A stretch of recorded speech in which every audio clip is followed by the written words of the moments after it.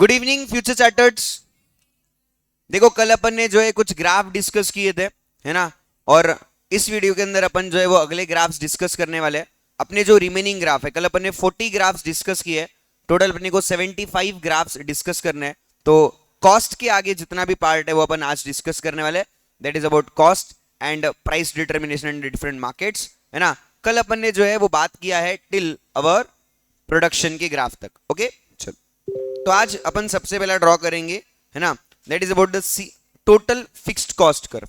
देखो total fixed cost curve कैसा होता है? फिक्स्ड कॉस्ट मतलब ऐसा कॉस्ट जो बिल्कुल भी क्या होता है, कॉस्ट कांस्टेंट होता है ओवर द पीरियड। जो खर्चा बिल्कुल भी क्या है, कांस्टेंट है, जो कभी चेंज नहीं होगा, उसको अपन क्या बोलते हैं? फिक्स्ड कॉस्ट बोलते हैं। ठीक है। सो टोटल फिक्स्ड कॉस्ट का कर्व कैसा आएगा? बिल्कुल भी स्ट्रेट लाइन आएगा। कैसा आएगा? Straight line parallel to X axis आने वाला है। ओके, बिकॉज अपना ओवर द पीरियड आप कितना भी क्वांटिटी प्रोड्यूस करो, आपका टोटल फिक्स कॉस्ट बिल्कुल भी क्या होता है? फिक्स्ड होता है। वो कभी भी चेंज होगा क्या?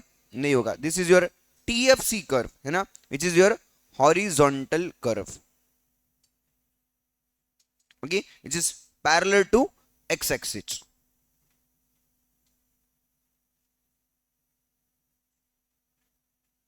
है ना, ऐसी कॉस्ट जो चेंज नहीं होगी with production, does not change with production. Okay, next is your total variable cost. देखो नाम में ही लिखा है क्या? वेरिएबल। वेरिएबल मतलब ऐसी कॉस्ट जो क्या होती है? चेंज होती है ना। प्रोडक्शन के साथ जो कॉस्ट चेंज होने लगे उसको अपन क्या नाम देता है? वेरिएबल कॉस्ट अपन उसको नाम देता है ना। और टोटल वेरिएबल कॉस्ट कैसा दिखाई देगा? ये होता है इन्वर्टेड एस शेप। कहता होता है इन्वर्टेड एस शेप। ये चालू होता है फ्रॉम द ओरिजिन, और जैसे जैसे प्रोडक्शन बढ़ाओ ये कॉस्ट भी क्या होता जाएगा? बढ़ते जाएगा। फिर कुछ टाइम के लिए इसका ग्रोथ क्या हो जाता है?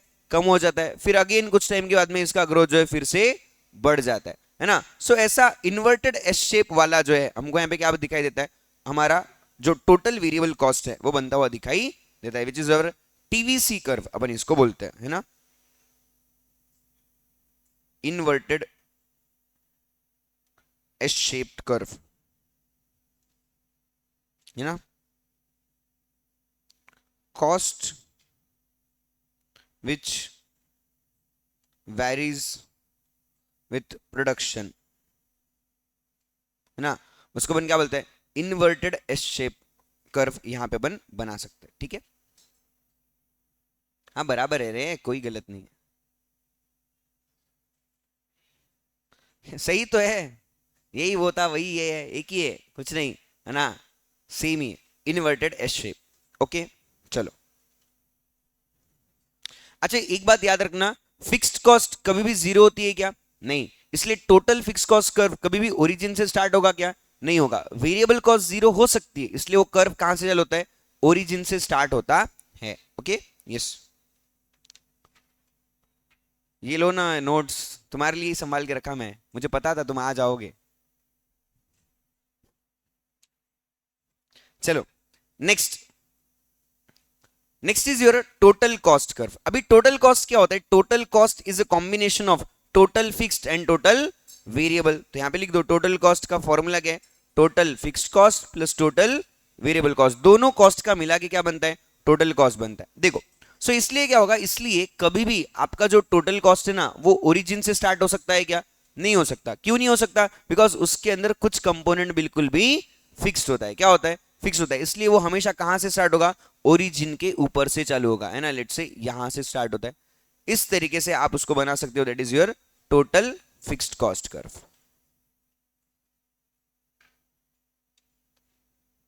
Total, sorry total fixed cost नहीं, total cost curve. Total cost curve, अभी टोटल कॉस्ट कर्व ऐसे क्यों जा रहा है ना? बिकॉज यहां पे कुछ कंपोनेंट बिल्कुल भी फिक्स्ड है। तो जितना भी ये कंपोनेंट है ना बिल्कुल भी क्या है? टोटल फिक्स्ड कॉस्ट का पार्ट है। और इस लाइन के ऊपर ये भी जितना एरिया है, ये एरिया सब किसका पार्ट है? टोटल वेरिएबल कॉस्ट का पार्ट है ना। जहां पे जैसे जैसे प्रोडक्शन बढ़ रहा है वैसे वैसे ये जो डिस्टेंस है ये बढ़ते जा रहा है। क्या? यस, इट रिप्रेजेंट्स की वेरिएबल कॉस्ट प्रोडक्शन के साथ में क्या होते जाता है? बढ़ते जाता है। अभी आप चाहिए तो इसे जो है बिल्कुल भी स्ट्रेट लाइन भी ड्रॉ कर सकते हो। अगर आप चाहते हो तो आप इसको जो है बिल्कुल भी इन्वर्टेड एस शेप भी ड्रॉ कर सकते हो, कोई भी दिक्कत नहीं है। आप इस तरीके से भी इसको ड्रॉ कर सकते हो क्या? Yes, this can be also a total cost curve, चलता है, कोई भी रहा तो चलेगा। ओके, चलो next is your average fix cost curve. अभी एवरेज फिक्स कॉस्ट कर्व क्या होता है? फिक्स्ड कॉस्ट पर यूनिट बताने वाला कर्व है ना। ओके, अच्छा एवरेज फिक्स कॉस्ट कर्व कैसे कैलकुलेट होगा? Average fix cost that is fix cost divided by quantity करने से आपको क्या मिलता है? एवरेज फिक्स कॉस्ट कर्व मिलता है। ठीक है, अभी ये जो एवरेज फिक्स कॉस्ट कर्व होता है ना, ये बड़ा ही सिंपल है। कैसा होता है ये होता है हमारे लिए डाउनवर्ड स्लोपिंग, और बिल्कुल भी कैसा होगा? रेक्टेंगुलर हाइपरबोला होगा। कैसा होगा? Rectangular hyperbola. अभी अपना जो एवरेज फिक्स कॉस्ट है वो कभी भी जीरो हो सकता है क्या? नहीं हो सकता है ना। But over the period of production, जैसे जैसे आप ज्यादा क्वांटिटी प्रोड्यूस करोगे वैसे वैसे आपका एवरेज फिक्स कॉस्ट क्या होता जाता है? कम कम होते जाता है। इसलिए यहां पे हमारा जो एवरेज फिक्स कॉस्ट कर्व आता है कैसा आता है? बिल्कुल भी डाउनवर्ड स्लोपिंग आता है। कैसा आता है? डाउनवर्ड स्लोपिंग आता है। ओके, यस, और इसको अपन क्या बोलते हैं? रेक्टेंगुलर हाइपरबोला बोलते हैं।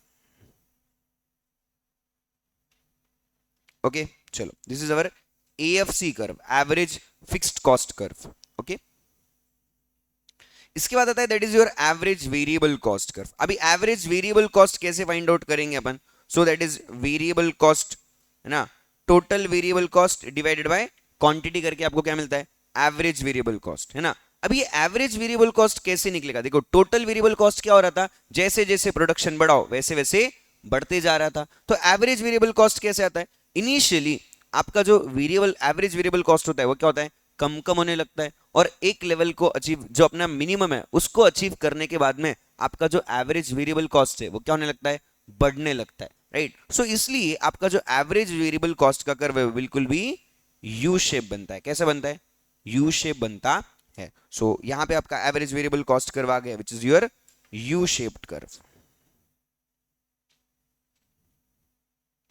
इनिशियली ये फॉल करता है ना, अपने मिनिमम को अचीव करता है, और फिर वहां से क्या होता है? राइजिंग होता है। ओके,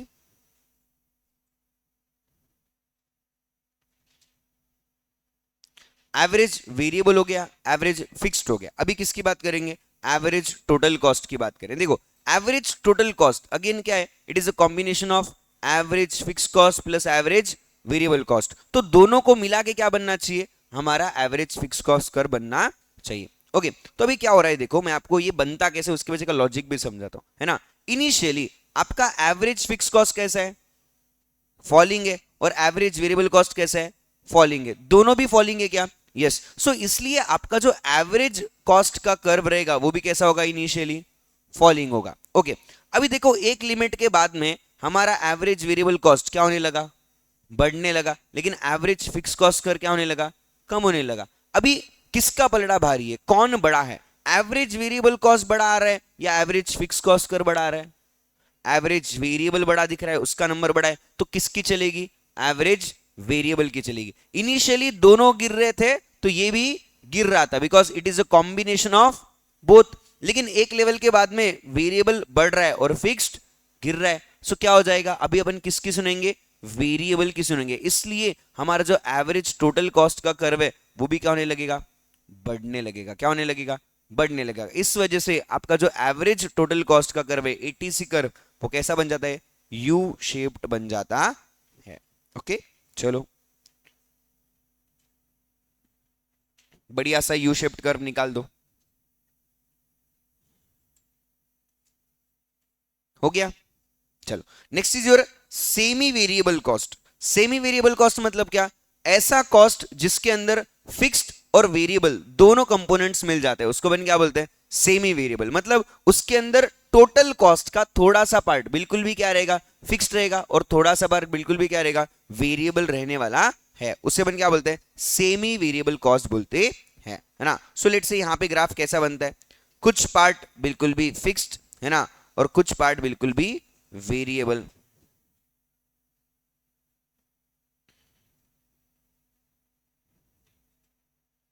ओके, सो ये बन गया आपके लिए सेमी वेरिएबल कॉस्ट, है ना, जहां पे इतना पार्ट बिल्कुल भी क्या है? फिक्स्ड कॉस्ट है जो लगना ही है, और इतना पार्ट क्या है आपके लिए? वेरिएबल कॉस्ट का पार्ट है ना। फिक्स कॉस्ट, भाई इसका एग्जांपल क्या बोला था हमने, याद हो आपको तो, इलेक्ट्रिसिटी बिल, है ना, जहां पे थोड़ा अमाउंट बिल्कुल भी क्या है, फिक्स्ड है। आप चाहे इलेक्ट्रिसिटी यूज करो चाहे मत करो, आपको इतना तो बिल आना ही आना है। और जितना ज्यादा आप नंबर ऑफ यूनिट्स कंज्यूम करोगे उतना ज्यादा इलेक्ट्रिसिटी बिल क्या होते जाए, बढ़ते जाने वाला है। That is your semi variable cost. ठीक है, नेक्स्ट आता है आपके लिए, that is your stair step variable cost. Stair step variable cost कैसा है, ये स्टेप वाइज बढ़ते रहते हैं ना, जैसे जैसे अपने स्टेयर्स होते हैं, स्टेयर्स मतलब क्या, पायरी, तो ऐसा कॉस्ट जो स्टेयर्स के फॉर्मेट में बनता है बढ़ता है ना, मतलब क्या है, कुछ टाइम तक कुछ कंपोनेंट्स तक कॉस्ट बिल्कुल भी फिक्स रहेगा, लेकिन एक लेवल के बाद में अचानक से उसमें क्या दिखाई देगा, एक जंप, फिर अगेन कुछ टाइम के लिए कॉस्ट बिल्कुल भी कांस्टेंट, फिर अगेन कुछ टाइम के बाद में एक जंप, फिर अगेन कुछ टाइम के लिए बिल्कुल भी कांस्टेंट, है ना। सो ऐसा जो हमारा कॉस्ट होता है उसको अपन क्या बोलते हैं, स्टेयर स्टेप वेरिएबल कॉस्ट। कुछ कंपोनेंट के लिए कॉस्ट रहेगा फिक्स, फिर एक जंप दिखाएगा, फिर कुछ कंपोनेंट के लिए फिक्स, फिर एक जंप आएगी, फिर कुछ कंपोनेंट के लिए फिक्स, फिर एक जंप आएगी, फिर कुछ कंपोनेंट के लिए फिक्स, फिर एक जंप आएगी। ऐसे फॉर्मेट में जो कॉस्ट हमारी बढ़ती जाती है उसको अपन क्या बोलते हैं, स्टेयर स्टेप वेरिएबल कॉस्ट बोलते हैं। ओके, जो बिल्कुल भी स्टेप्स के जैसे फॉर्मेट में अपने को बढ़ती हुई दिखाई देती है। ओके, यहां तक हो गया सभी का, यस।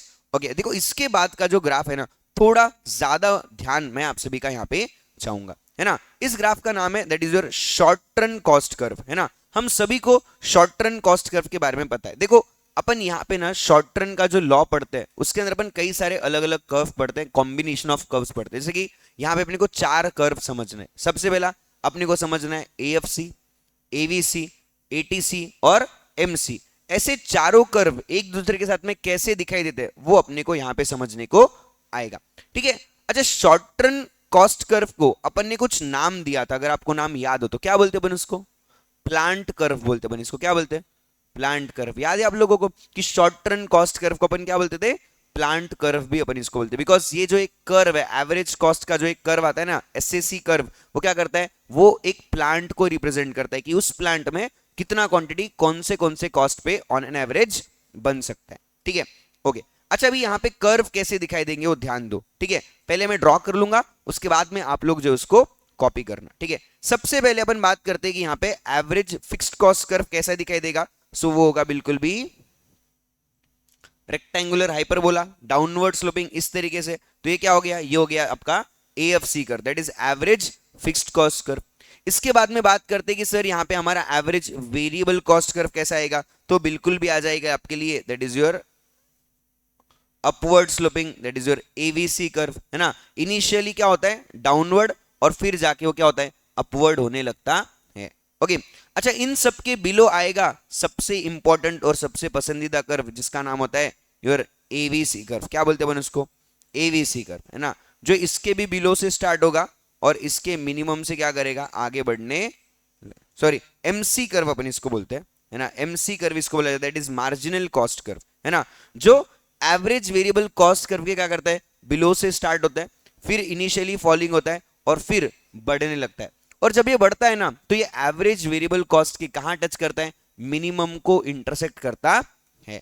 ओके, और उसको इंटरसेक्ट करके ये आगे बढ़ जाता है। ओके, चलो, और एक चीज यहां पे जो अपने को ड्रॉ करनी पड़ती है उसका नाम होता है that is your average cost curve. Average cost curve कैसा होता है, बिल्कुल भी यू शेप्ड होता है। कैसा होता है ना, एक मिनट फिर से ड्रॉ करता हूं मैं।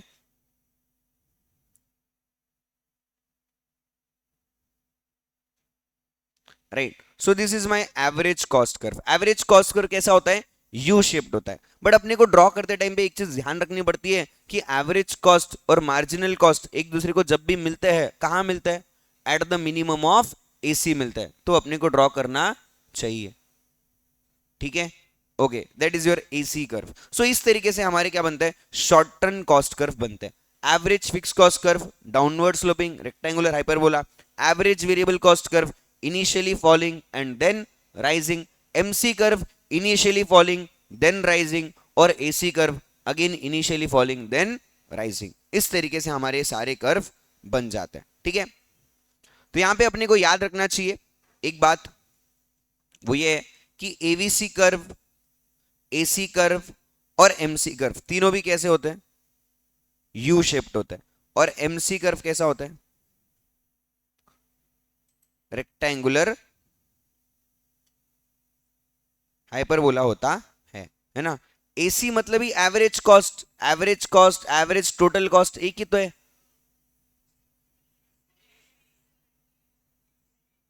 एएमसी,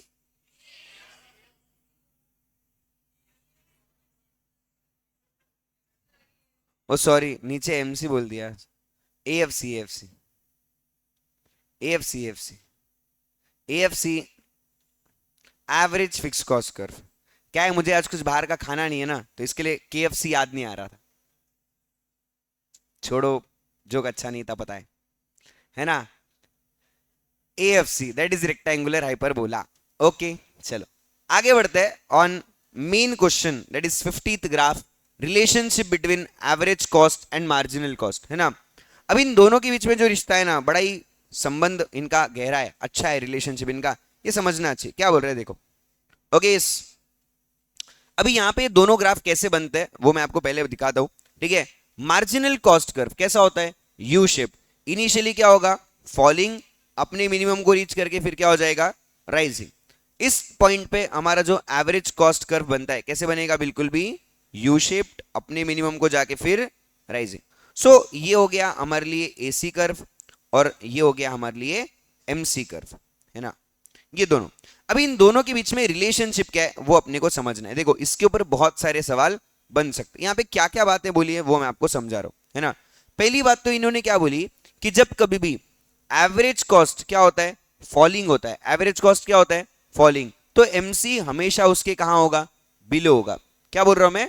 जब कभी भी एसी फॉलिंग होता है और एमसी उसके कहां होना चाहिए? बिलो होता है। जब कभी भी एसी क्या होता है? राइजिंग होता है। एवरेज कॉस्ट क्या होता है? राइजिंग। तब एमसी हमेशा उसके क्या होता है? अबव होता है। दो बातें याद रखो। पहली क्या बोली? एसी अगर फॉलिंग होगा तो एमसी उसके बिलो होगा, एसी अगर राइजिंग होगा तो एमसी उसके अबव होगा। एसी और एमसी एक दूसरे को इंटरसेक्ट करते हैं एट द पॉइंट जहां पे एसी क्या होता है? मिनिमम होता है, ठीक है।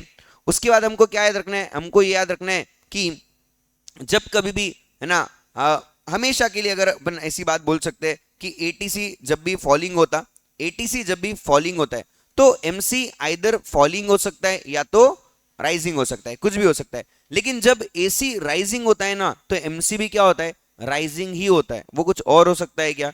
नहीं। तो कभी ऐसा सवाल आ जाए, when AC is falling then MC is, so either it can be falling, it is at minimum, और it can be rising. You can't say, आप बता सकते हो क्या? नहीं बता सकते। बट अगर ऐसा सवाल आ जाए when AC is rising then 100% अपन ऐसा बोल सकते हैं कि MC is also rising. Clear है? ये पांच बातें बेटा अपने को यहाँ पे लिखनी है। तो जैसे जैसे मैं लिख रहा हूं आप लोगों को बस उसको कॉपी करते चलना, ठीक है। चलो लिखो। एटीसी बोलो या एसी बोलो, दोनों भी सेम ही है। ATC falling, MC is below ATC, ATC rising, MC is above ATC, AC is equals to MC at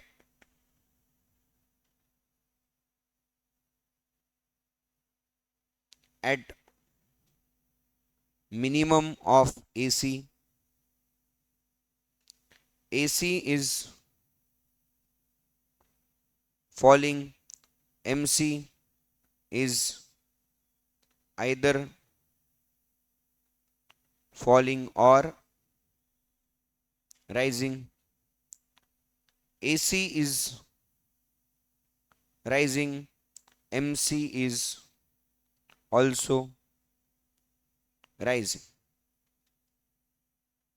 ठीक है, ये पांच चीजें जो है हमको यहाँ पे लिखनी है।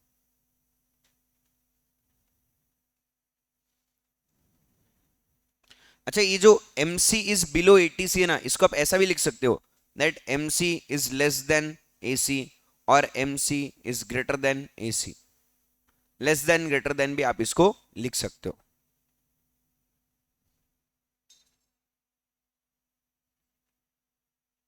ओके, बड़े आगे।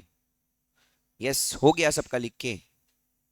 चलो, next is your long run average cost curve. Long run average cost curve बड़ा ही सिंपल सा इजी सा कर्व है, राइट, जो बिल्कुल भी कैसा दिखता है, यू शेप दिखता है। Long run average cost curve, long run मतलब क्या है, ऐसा सिचुएशन जहां पे आप कोई भी जो फैक्टर है बिल्कुल भी क्या है, वेरिएबल है। आप कोई भी मशीन खरीद सकते हो, कोई भी इंडस्ट्री खरीद सकते हो, आप कोई भी प्लांट खरीद सकते हो, आपके पास बहुत सारे ऑप्शन है क्या, यस, आपके पास बहुत सारा पैसा है क्या, yes. So long run average cost curve कैसा दिखता है, बिल्कुल भी यू शेप दिखता है। कैसा दिखता है, यू, हाँ, यू शेप्ड दिखाई देता है, that is your long run average cost curve. Okay, अच्छा, जो हमारा long run average cost curve है ना, उसको अपन क्या बोलते हैं, उसके कई सारे नाम है। सबसे पहले तो अपन इसको नाम क्या देंगे, यू शेप्ड कर्व बोलेंगे। कौन सा कर्व बोलेंगे, यू शेप्ड कर्व अपन इसको बोलने वाले। अच्छा, उसके बाद अपन इसको क्या नाम देंगे, इसको अपन एनवलप कर्व बोलते हैं। क्यों इसको एनवलप कर्व बोला जाता है, बिकॉज एलएसी कर्व कई सारे एसएसी को अपने अंदर समा लेता है, कई सारे एसएसी इसके अंदर आते हैं, इसलिए इसको क्या बोलता है, एनवलप कर्व बोला जाता है ना। तो नाम लिख लो यहाँ पे,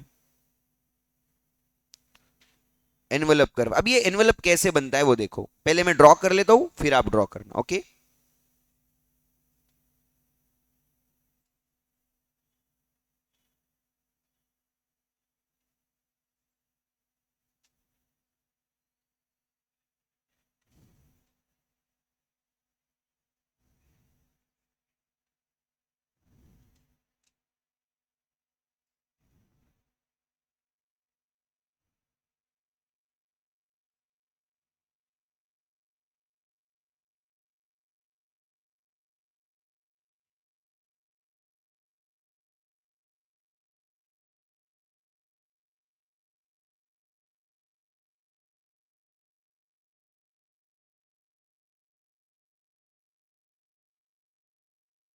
ओके, सो इस तरीके से कई सारे एसएसी यहां पे बन जाते हैं। इसको नाम दे देंगे SSC 1, SSC 2, SSC 3, SSC 4,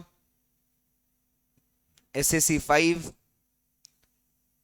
SSC 6। ऐसे कई सारे short term average cost curve हमारे यहाँ पे बन जाते हैं इन case of long run average cost curve, है ना। एक एलएसी के अंदर कई सारे एसएसी आ जाते हैं क्या, yes, that is your SSC का कॉम्बिनेशन। ओके, अच्छा, इसको अपन प्लानिंग कर्व भी बोलते हैं क्या, यस, इसको अपन बोट शेप्ड कर्व भी बोलते हैं क्या, यस।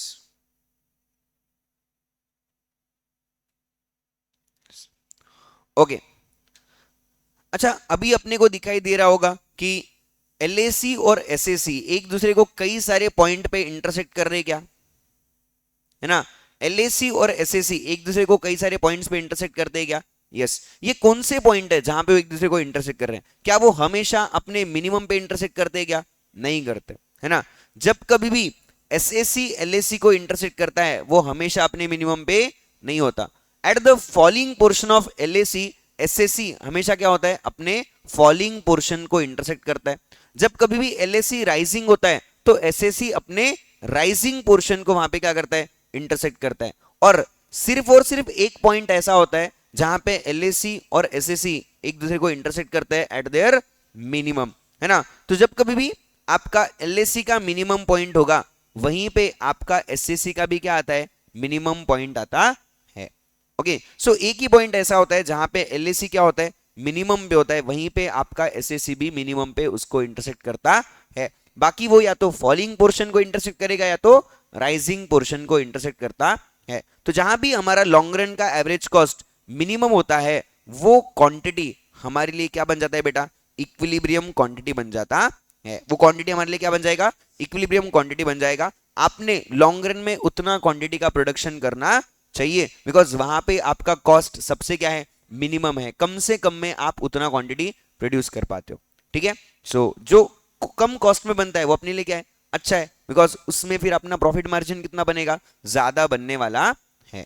ओके, अगर इससे कम प्रोडक्शन किया तो आप और सस्ते में बना सकते हो, उसको सैक्रिफाइस कर दोगे। इससे ज्यादा प्रोडक्शन किया तो आप बगैर काम का ज्यादा कॉस्ट बियर करने लगोगे, जिसकी जरूरत थी क्या, नहीं। सो बेटर इसकी वॉट की आप जो है वो एवरेज कॉस्ट के मिनिमम पे प्रोड्यूस करो, जिसमें आपका क्या होगा, फायदा होने वाला है। Okay, that is a point. चलो, इसके रिलेटेड कुछ बातें अपने को यहाँ पे लिखनी है, वो और अपन यहाँ पे लिख लेते हैं, है ना। LAC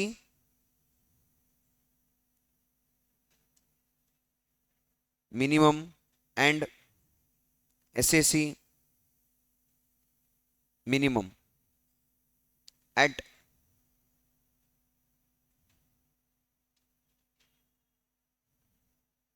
equilibrium point, that is Q quantity.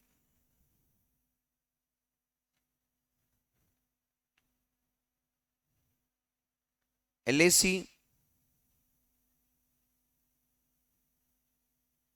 falling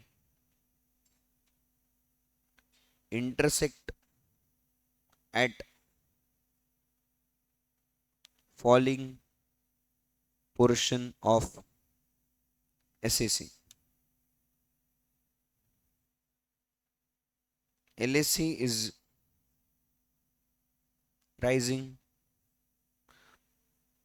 intersect at rising portion of SAC. Okay.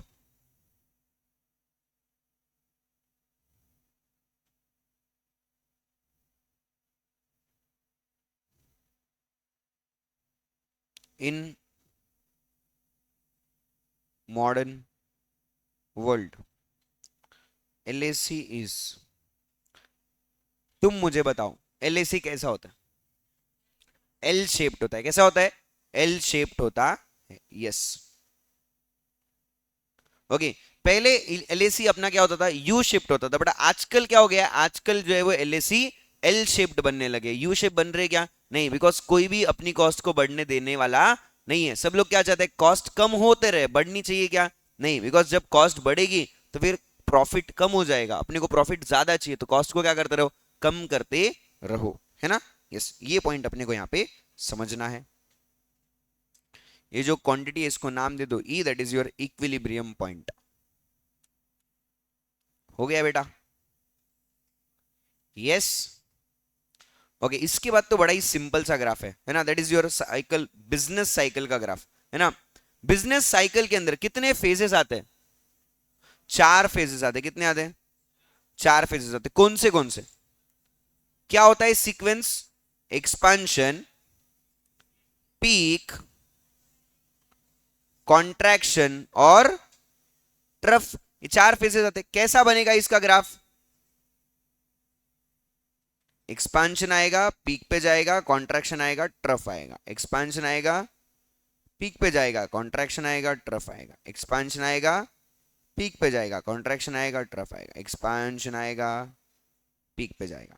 सो इस तरीके से आपका जो ये ग्राफ बनता है यहाँ पे इन केस ऑफ बिजनेस साइकिल। अभी ये जो राइजिंग पोर्शन है ना, वो किसको रिप्रेजेंट करता है? एक्सपांशन को रिप्रेजेंट करता है। ये जो पॉइंट एकदम मैक्सिमम पे, वो किसको रिप्रेजेंट कर रहा है? पीक को रिप्रेजेंट कर रहा है। ये जो पॉइंट यहां पे आता है इसको अपन क्या बोलते हैं? सॉरी, इसको अपन ट्रफ बोलते हैं। सॉरी सॉरी सॉरी,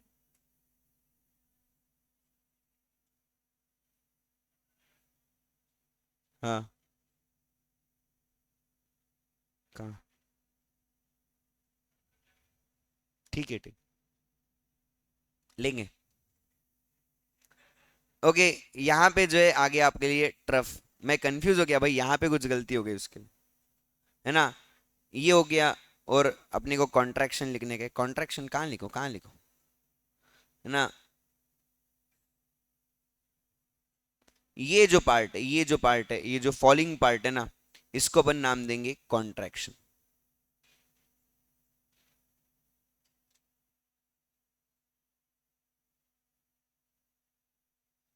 ये जो फॉलिंग एरिया है, उस फॉलिंग एरिया को अपन क्या बोलते हैं? कॉन्ट्रैक्शन बोलते हैं। ओके, सो ऐसा बढ़िया सा आपका ग्राफ बनता है, that is about the business cycle.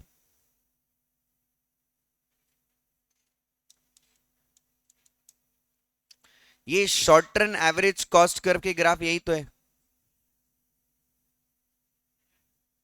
ये आ गया ना, SAC, short term average cost curve, U shaped.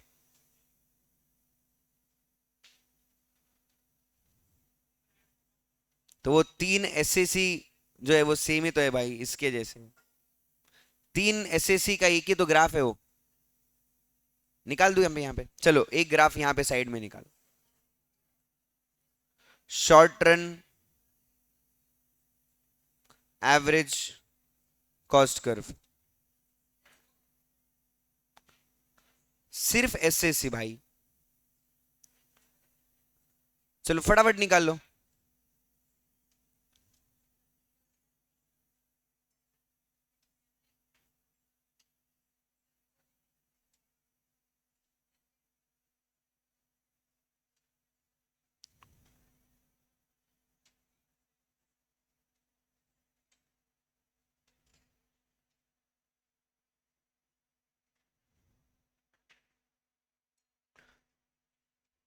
SAC1, SAC2, SAC3, है ना।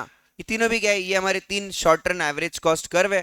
Okay, which is U shaped, जो हमने पहले ही बोला है कि average cost curve U shaped होता है। ओके, और ये हर एक कर्व किसको रिप्रेजेंट करता है, एक प्लांट को रिप्रेजेंट करता है, तो इसलिए इसका नाम क्या होता है, प्लांट कर्व। ओके, अच्छा अभी अपन ने कहां पे प्रोडक्शन करना चाहिए, सबसे बड़ा सवाल है, ठीक है। बिकॉज अगर मैं इस क्वांटिटी की बात करता हूं, लेट्स से मैं इसको नाम दे रहा हूं अभी,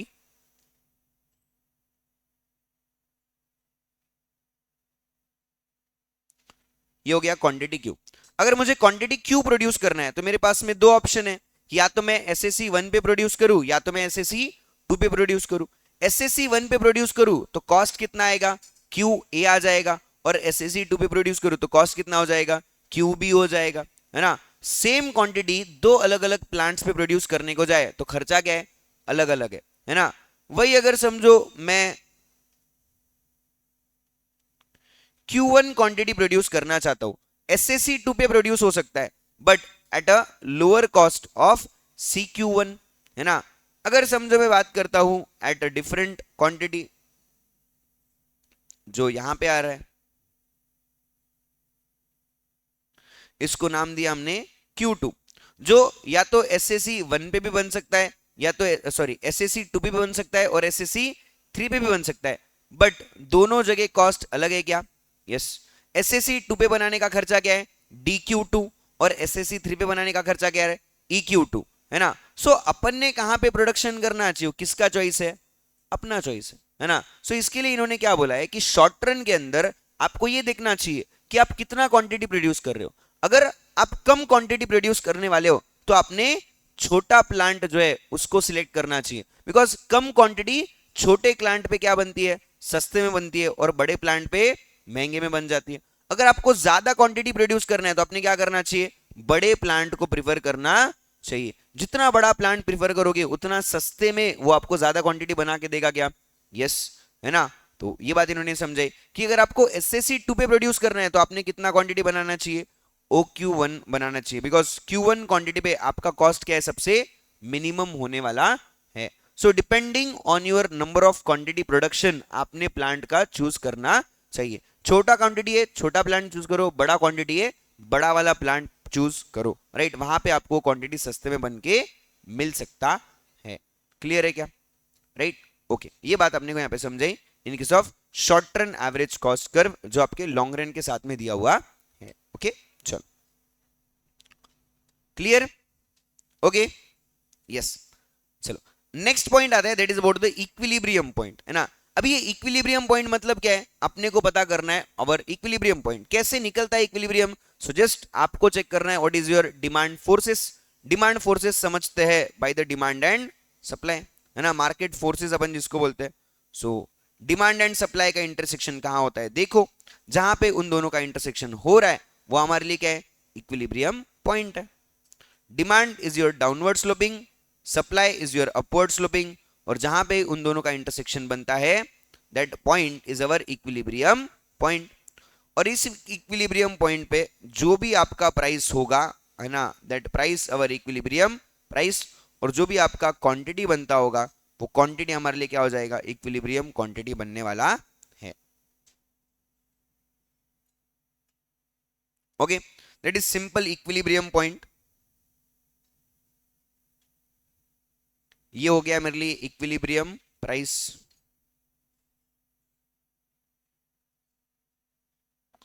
और ये हो गया equilibrium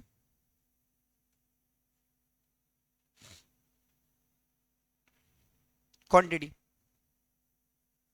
yes, chapter number 4 last chapter जिसके ग्राफ अपन डिस्कस करने वाले, ठीक है। सिर्फ 20 ग्राफ्स और अपने को यहाँ पे डिस्कस करना है ना, जिसमें से बहुत से ग्राफ तो आपको बिल्कुल निकालने भी नहीं पड़ेंगे, ठीक है।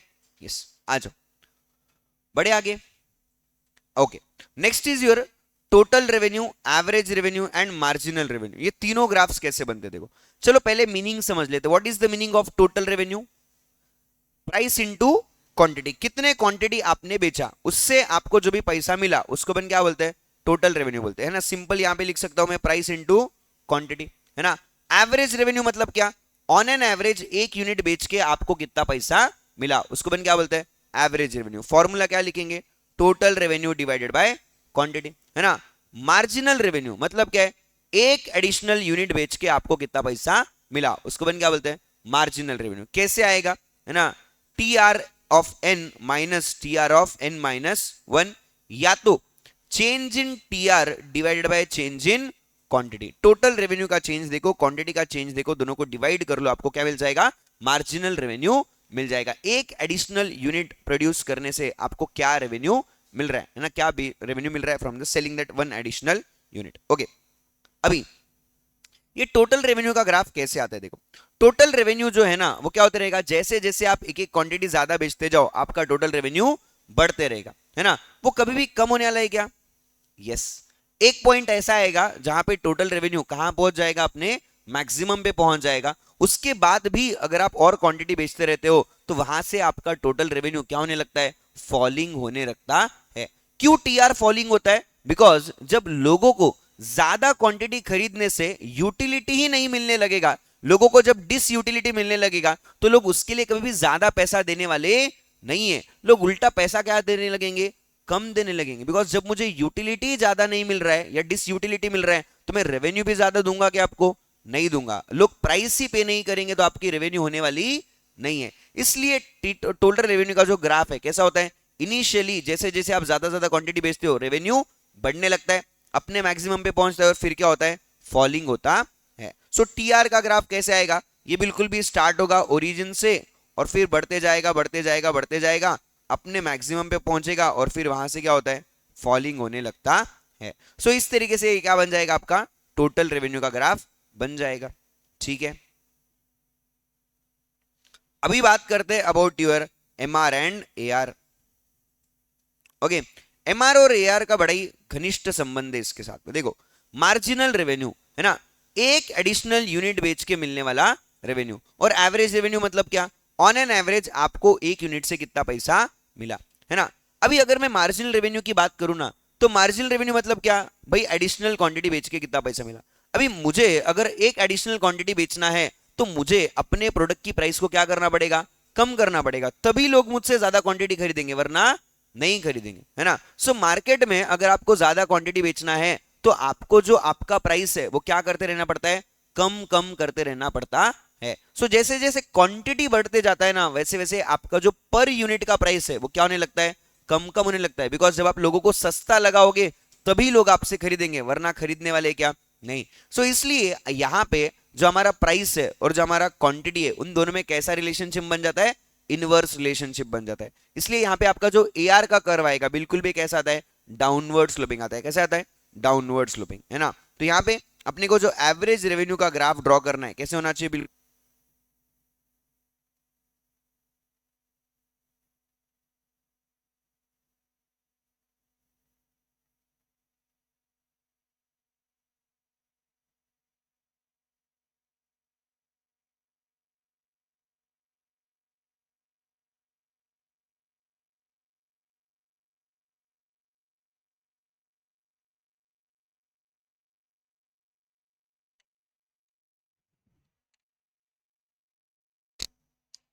हेलो हेलो, यस, हो गया।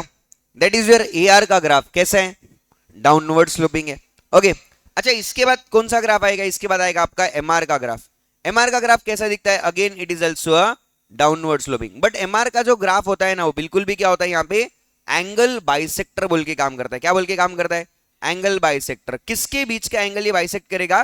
That is A R curve and your Y axis. इन दोनों के बीच का जो ग्राफ है, इन दोनों के बीच का जो एरिया है, उसके लिए क्या बन जाता है? एंगल बाइसेक्टर बन जाता है। ओके यस, तो ये ड्रॉ कर लो, that is A R curve and M R curve. Marginal revenue curve है ना, ये क्या है? ये एंगल बाइसेक्टर होता है between A R and Y axis, है ना। ए आर भी फॉलिंग है, एम आर भी फॉलिंग होता है। ओके चलो, अच्छा यहाँ पे कुछ ऑब्जर्वेशन है, वो ऑब्जर्वेशन यहाँ पे अपने को लिख लेना है ना।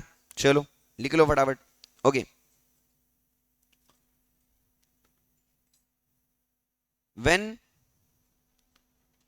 mr is equals to 0, tr is maximum। देखो ना, अभी आपका जब मार्जिनल रेवेन्यू 0 हो गया तो आपका टोटल रेवेन्यू क्या हो गया? मैक्सिमम था। जब mr 0 होता है तो tr क्या होता है? मैक्सिमम होता है। सेम रिलेशनशिप क्या हमने mu और tu में भी देखा था? यस, जब कभी भी mu 0 होता है तो tu क्या होता है? मैक्सिमम होता है। जब mp 0 होता है तब tp क्या होता है? मैक्सिमम होता है। तो जहां पे भी मार्जिनल और टोटल की बात आती है, रिलेशनशिप बिल्कुल भी क्या है? सेम ही है ना। और अच्छा, और एक बात हमने पढ़ी थी between relationship of A R and M R, जैसा ए आर होता है ना वैसा ही एम आर होता है, बट एम आर थोड़ा अग्रेसिव है, ज्यादा होता है। तो यहाँ पे देखो, जैसे ए आर फॉलिंग है तो एम आर भी फॉलिंग है क्या? यस। अच्छा, उससे ज्यादा फॉलिंग है क्या? यस। जहां भी हमने मार्जिनल की बात करी है ना, मार्जिनल क्या होता है? पॉजिटिव भी होता है, जीरो भी होता है और नेगेटिव भी होता है। कि यहां भी है क्या? Yes. But A R average कभी भी नेगेटिव या जीरो नहीं होता, वो हमेशा क्या होता है? पॉजिटिव होता है। टोटल भी हमेशा क्या होता है? पॉजिटिव ही होता है। कभी भी वो नेगेटिव या जीरो हो सकते क्या? हो सकते क्या? नहीं हो सकते। ठीक है, तो यही बात अपने को यहां पे लिखनी है। चलो, total revenue increases, reaches maximum and then false.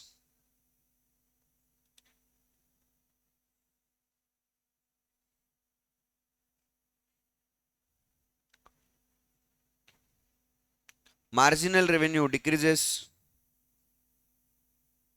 reaches 0,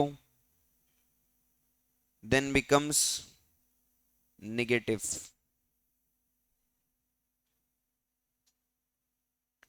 AR is always falling, but never becomes 0. MR and AR is downward sloping.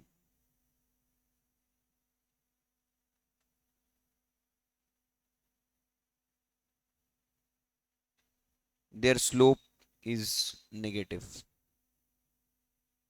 अच्छा, यहाँ पे और एक बात अपन बोल सकते हैं कि MR is the slope of TR।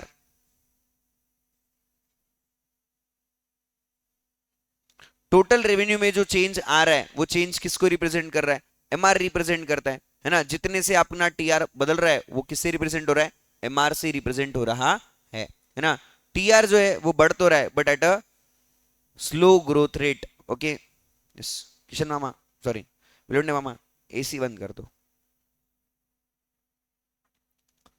Okay, अच्छा यहाँ पे ए आर निगेटिव हो गया क्या? यस, ये जो एरिया है इस एरिया में क्या हो चुका है? आपका मार्जिनल रेवेन्यू, सॉरी एमआर क्या हो गया? नेगेटिव हो गया है। ओके,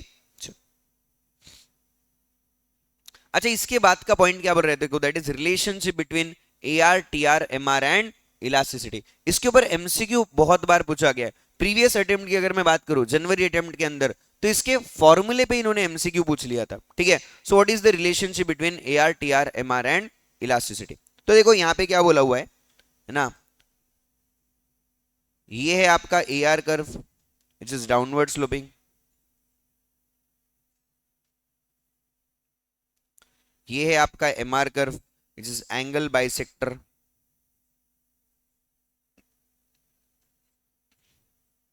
ये ए आर और ये एम आर, है ना। तो यहाँ पे कुछ मैथ्स के प्रॉपर्टीज इन्होंने लगाई, है ना। बोले ये जो आपका एमआर कर्व है वो क्या होता है, वो ये एंगल बाइसेक्टर बोल के काम करता है। तो कोई भी एक एंगल बाइसेक्टर जब निकलता है तो वो जहां पे भी सामने जाके मिलता है ना, उस सेगमेंट को क्या करता है, दो इक्वल पार्ट्स में डिवाइड कर देता है। जो भी एंगल बाइसेक्टर आगे जाके जिस भी स्टेटमेंट सेगमेंट को मिलता है, उस सेगमेंट को क्या करता है, दो इक्वल पार्ट्स में डिवाइड कर देता है। ठीक है, और जब इस पॉइंट से जहां पे वो मिलता है ना, वहां से अगर एक आपने स्ट्रेट लाइन खींची और वो लाइन आगे जिस भी एरिया को मिलती है, जिस भी पॉइंट को मिलती है ऑन दैट ट्रायंगल, है ना, तो वो अगेन उस लाइन को भी क्या करती है, उस सेगमेंट को भी क्या करती है, दो इक्वल पार्ट्स में डिवाइड कर देती है। मतलब ये जहां पे इसको मिलेगा, ये इसका क्या बन जाएगा, मिड पॉइंट बन जाएगा। क्या बन जाएगा, मिड पॉइंट। ओके, और एक बात अपने को यहां पे बताई गई है कि जो एवरेज रेवेन्यू कर्व होता है ना, वही क्या होता है, अपना डिमांड कर्व भी होता है। क्या होता है, वही अपना डिमांड कर्व भी होता है। इसको डिमांड कर्व क्यों बोला गया, देखो ये भी समझो।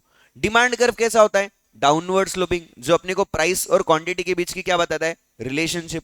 एआर कर्व भी क्या है, वो भी हमारा डाउनवर्ड स्लोपिंग है। और एवरेज रेवेन्यू का मतलब ही क्या होता है, प्राइस, और वो भी क्या बता रहा है अपने को, प्राइस और क्वांटिटी के बीच की रिलेशनशिप बता रहा है कि किस क्वांटिटी में हमने कितना क्वांटिटी बेचा, किस प्राइस पे हमने कितना क्वांटिटी बेचा और हमको क्या हुआ, रेवेन्यू हुआ। सो इसके लिए इन्होंने क्या बोला कि एआर कर्व ही क्या होता है, डिमांड कर्व होता है। सो इसके लिए हमने एआर को क्या नाम दिया, डिमांड कर्व नाम दे दिया। ठीक है, अभी उसके बाद इन्होंने क्या बोला कि बोले ये जो पॉइंट यहां पे मिड पॉइंट बन के आ रहा है, तो अगर मैं किसी भी डिमांड कर्व के मिड पॉइंट की इलास्टिसिटी कैलकुलेट करने की कोशिश करूं, तो उसका इलास्टिसिटी क्या हो जाएगा, बिल्कुल भी इक्वल टू 1 हो जाएगा। तो इसके लिए इन्होंने यहां पे क्या बोला कि व्हाट इज द रिलेशनशिप, कि कभी भी अगर एमआर 0 होता है ना, तो आपका जो इलास्टिसिटी ऑफ डिमांड है वो क्या हो जाएगा, इक्वल टू 1 हो जाएगा, है ना। So what is your elasticity of demand at MR 0 equal to 1, है ना। तो ये पहली बात उनको पता चली।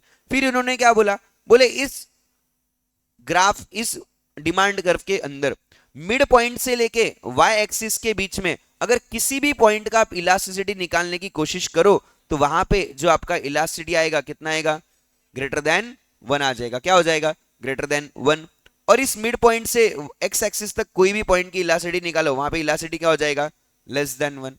बोले इस एरिया के लिए, ये जो एरिया है जहां पे इलास्टिसिटी ग्रेटर देन 1 होता है, इतने पार्ट में हमारा जो मार्जिनल रेवेन्यू है वो बिल्कुल भी क्या है, पॉजिटिव है। इस मिड पॉइंट पे हमारा एमआर क्या था, 0, इसके पहले हमारा एमआर क्या है, बिल्कुल भी पॉजिटिव है। तो बोले जब कभी भी एमआर पॉजिटिव होता है, when MR is positive then elasticity of demand is greater than 1।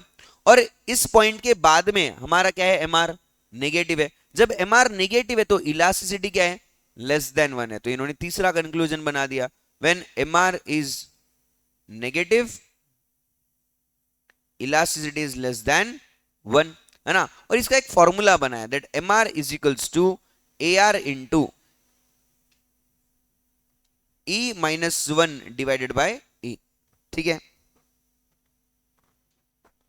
So formula क्या है, MR is equals to E minus 1 divided by E, है ना। तो ये फॉर्मूला इन्होंने यहां पे बना दिया।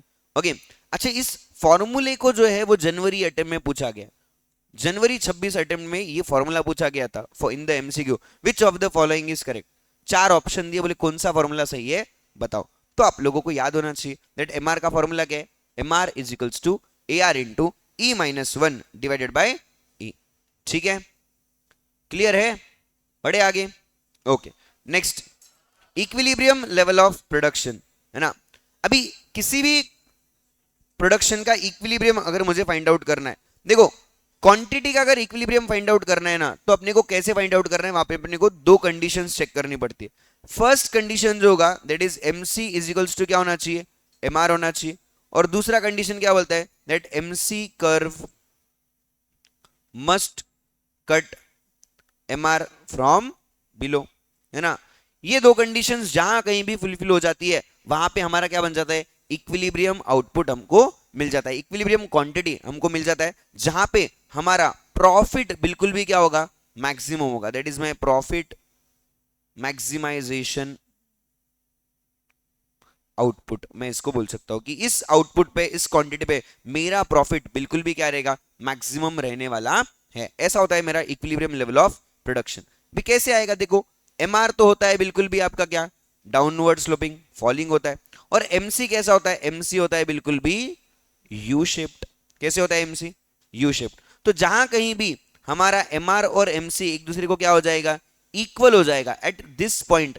इस पॉइंट पे जो भी हमारा क्वांटिटी बनता है उतना क्वांटिटी हमने प्रोड्यूस करना चाहिए। लेट्स से क्यू क्वांटिटी है ना, ये जो क्यू क्वांटिटी अगर आप प्रोड्यूस करते हो तो यहाँ पे आपका जो प्रॉफिट रहेगा बिल्कुल भी क्या रहेगा? मैक्सिमम रहने वाला है। इसके पहले अगर आपने कोई भी क्वांटिटी प्रोड्यूस किया इस एरिया में तो यहाँ पे क्या हो जाएगा पता है क्या? कि यहाँ पे आप आपका प्रॉफिट को क्या कर दोगे? सैक्रिफाइस कर दोगे। जो प्रॉफिट आप कमा सकते थे वो आपने क्या कर दिया? छोड़ दिया। और अगर आप इससे ज्यादा क्वांटिटी प्रोड्यूस करोगे ना तो वहां पे क्या हो जाएगा कि आपका जो प्रॉफिट है वो धीरे धीरे कम होने लगेगा। क्यों कम हो रहा है? बिकॉज यहाँ पे एक एक्स्ट्रा यूनिट बनाने के बाद में जो एडिशनल रेवेन्यू हो रहा है ना वो क्या है? कम है। और एडिशनल कॉस्ट जो लग रहा है वो क्या है? ज्यादा है। जब खर्चा हो गया ज्यादा और कमाई हो गई कम तो इस एडिशनल यूनिट से आपको क्या हो रहा है? लॉस। तो यहाँ पे आपका प्रॉफिट कभी भी मैक्सिमम नहीं हो सकता। तो आपका प्रॉफिट मैक्सिमम कहां पे होगा? जहां पे एमसी इज इक्वल्स टू क्या होता है? एमआर होता है। और एमसी कर्व एमआर को बिलो से कट करना चाहिए। ये प्रॉपर्टी आपको ध्यान में रखनी है। क्लियर है? तो जहां कहीं भी ये दोनों प्रॉपर्टीज मैच हो जाती है वहां पे आपका इक्विलिब्रियम लेवल ऑफ प्रोडक्शन आ जाता है। Okay, next is your changes in equilibrium price and quantity under different cases of market. ठीक है क्या? ठीक है। नेक्स्ट जो अपने को बात करना है that is about the changes in demand, changes in supply के बारे में, plus simultaneous changes in demand and supply के बारे में। देखो बहुत ही छोटे छोटे ग्राफ है एंड बहुत ही सिंपल से इजी से। अपन क्या बात कर रहे हैं इस ग्राफ के अंदर समझ के लो, है ना, कि अगर समझो आपका जो डिमांड है, आपका जो सप्लाई है, अगर वो चेंज होता है और उसकी वजह से आपके इक्विलिब्रियम प्राइस और इक्विलिब्रियम क्वांटिटी पे क्या इंपैक्ट पड़ेगा वो अपन यहां पे समझने की कोशिश कर रहे हैं। कि अगर सिचुएशन बदल जाती है तो आपकी डिमांड और आपकी प्राइस और आपकी क्वांटिटी इस पे कैसे असर पड़ता है। अगर आपकी कभी भी डिमांड या सप्लाई क्या होती है? चेंज होती है। देखो हमने लॉ ऑफ डिमांड और लॉ ऑफ सप्लाई पढ़ा है। वहां पे क्या बोले वाला है कि प्राइसेस, अगर डिमांड की मैं बात करता हूं, डिमांड क्या बोलता है? प्राइसेस बढ़ेगी तो क्वांटिटी डिमांडेड कम हो जाएगा और प्राइसेस कम हो गई तो क्वांटिटी डिमांडेड बढ़ जाएगा। लॉ ऑफ सप्लाई क्या बोलता है? कि प्राइसेस बढ़ेगी तो सप्लाई बढ़ेगा और प्राइसेस कम होगी तो सप्लाई कम हो जाएगा, है ना। उन सभी चीजों के विपरीत बात अपन यहां करने जा रहे हैं। बिकॉज वहां पे पहले प्राइस बोलता था और फिर क्वांटिटी चेक करता था। यहां पे अभी अपने को प्राइस को आइडेंटिफाई करना है, अपने को डिमांड और सप्लाई का चेंज क्या है बोला हुआ है। अपन फाइंड आउट कर रहे हैं कि डिमांड या सप्लाई बदल गया तो क्या उसका इंपैक्ट प्राइस पे पड़ता है क्या? क्या प्राइस बढ़ेगी या प्राइस घटेगी? वो चीजें अपन यहां पे समझने की कोशिश कर रहे हैं। ठीक है, तो सबसे पहले अपने को कभी भी देखो इसके बेसिस पे क्वेश्चन कैसे आएगा, वो लोग तुमको सिचुएशन देंगे और वो तुमको पूछेंगे कि इस सिचुएशन में प्राइसेस पे क्या इंपैक्ट पड़ा, या प्राइस बढ़ी या प्राइस घटी, इक्विलिब्रियम क्वांटिटी बढ़ा या इक्विलिब्रियम क्वांटिटी क्या हो गया? कम हो गया। ऐसा सिंपल सा सवाल यहां पे किया जाने वाला है। तो पहली बात क्या बोली इन्होंने? That is about the increase in demand. कि मार्केट में अगर प्रोडक्ट की डिमांड क्या हो गई? बढ़ गई, तो इस वजह से उसके इक्विलिब्रियम प्राइस और क्वांटिटी पे क्या इंपैक्ट पड़ता है। तो सबसे पहले अपने क्या करना पड़ता है? अपने को यहां पे पता करना पड़ता है what is your original demand and your original supply. तो लेट्स से मैंने यहां पे क्या ड्रॉ करना है? पहले एक सिंपल, एक बेसिक डिमांड कर्व और बेसिक सप्लाई कर्व ड्रॉ करना है, which is again downward sloping and upward sloping. This is the basic, है ना, दिस इज ओरिजिनल सिचुएशन, है ना। और जहां पे भी इन दोनों का इक्विलिब्रियम है, इंटरसेक्शन होगा, वो क्या बन जाएगा? इक्विलिब्रियम। ये है हमारा ओरिजिनल इक्विलिब्रियम प्राइस और ओरिजिनल इक्विलिब्रियम क्वांटिटी। अभी क्या हुआ? अभी सिचुएशन पे चलते हैं। सिचुएशन क्या हो गई कि आपकी डिमांड बढ़ गई। डिमांड बढ़ने के बाद में आपका जो ग्राफ है वो किस तरीके से चेंज होगा वो देखो। आपको क्या करना है? आपको यहाँ पे एक नया डिमांड कर्व निकालना है ना। अभी increase in demand, increase in demand किस वजह से होता है? सिचुएशन हम सबको पता है, अदर देन प्राइस, है ना। जब भी दूसरे फैक्टर्स में चेंज आए फेवरेबल, तब अपना क्या होता है? Increase in demand. और इंक्रीज इन डिमांड में आपका जो डिमांड कर्व है वो क्या करेगा? राइट वर्ड साइड शिफ्ट करेगा। तो यहां पे आपका एक नया डिमांड कर्व बनता है विच इज योर D1। तो अभी इस नए डिमांड कर्व का और सप्लाई कर्व का आपका जो इंटरसेक्शन है ना, वो आपके लिए क्या बन जाएगा? न्यू इक्विलिब्रियम पॉइंट बन जाएगा, जिसको हम क्या नाम देंगे? E1, है ना। सो इस न्यू इक्विलिब्रियम प्राइस पे आपको ये चेक कर, न्यू इक्विलिब्रियम पॉइंट पे आपको ये चेक करना है कि आपका प्राइस कितना है और क्वांटिटी कितना है। तो जो भी आपका प्राइस है वो हो गया P1 और जो क्वांटिटी है वो क्या हो गया Q1। तो आपको ये चेक करना है कि क्या ये प्राइस पहले से ज्यादा है, यस, और क्या ये क्वांटिटी पहले से ज्यादा है, यस। इसका मतलब क्या हो गया, इन case of increase in demand आपका जो इक्विलिब्रियम प्राइस है वो क्या हो जाता है, बढ़ जाता है, और आपका जो इक्विलिब्रियम क्वांटिटी है वो क्या हो जाता है, कम हो जाता है। सो डिमांड के बढ़ने से प्रोडक्ट की प्राइसेस क्या हो जाती है, बढ़ जाती है। क्या हो जाती है, बढ़ जाती है। वेन एवर मार्केट में किसी चीज का डिमांड बढ़ेगा तो उसकी प्राइसेस क्या हो जाएगी, बढ़ जाएगी, और उसका इक्विलिब्रियम क्वांटिटी क्या हो जाएगा, बढ़ जाएगा। सिंपल सी बात। तो ये बात आपको यहां लिख के रखनी है। दूसरा केस बात करते हैं, that is about decrease in demand. इसका बिल्कुल भी उल्टा।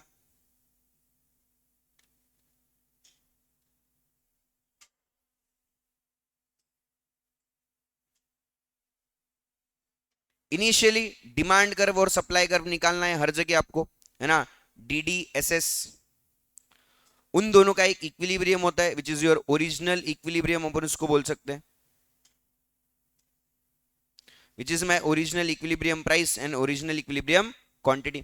अभी लेटर ऑन बात करेंगे सिचुएशन की। सिचुएशन क्या बोला है, डिक्रीज इन डिमांड।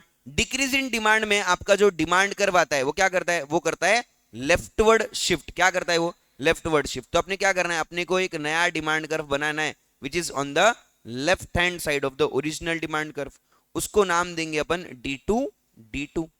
अभी इस new equilibrium new demand curve का और सप्लाई कर्व का जो इंटरसेक्शन है वो आपका क्या बन जाएगा, न्यू इक्विलिब्रियम पॉइंट बन जाएगा। पहले था ये E और अभी ये बन गया E1, है ना। तो ये पॉइंट आ गया यहाँ पे। तो इस इक्विलिब्रियम पॉइंट पे जो भी क्वांटिटी और प्राइस आपको दिख रहा है उसको नाम क्या देंगे अपन, लेट से P2 और Q2, है ना। तो यहाँ पे अपने क्या दिखाई दिया, पहले से प्राइस अभी क्या हो गई, कम, और पहले से क्वांटिटी में भी क्या हो गई, कम।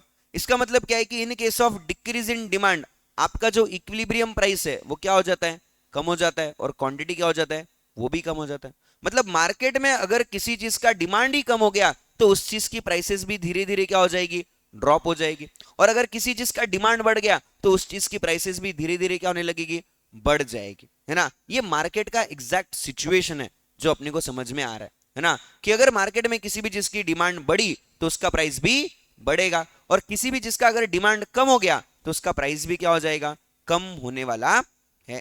ठीक है, अभी बात करते हैं सप्लाई के बारे में। सप्लाई के अंदर क्या होगा, अगेन वही सिचुएशन है ना। पहले क्या निकालो, बिल्कुल भी आपका एक बेसिक डिमांड कर्व और बेसिक सप्लाई कर्व निकाल लो।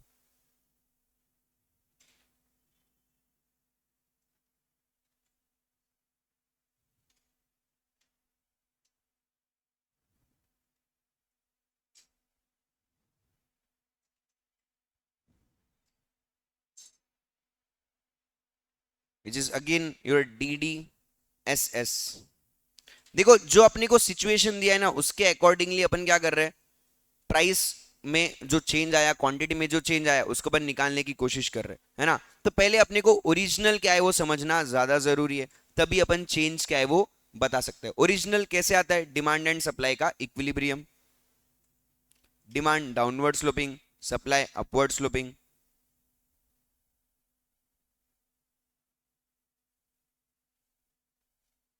Price quantity, price quantity.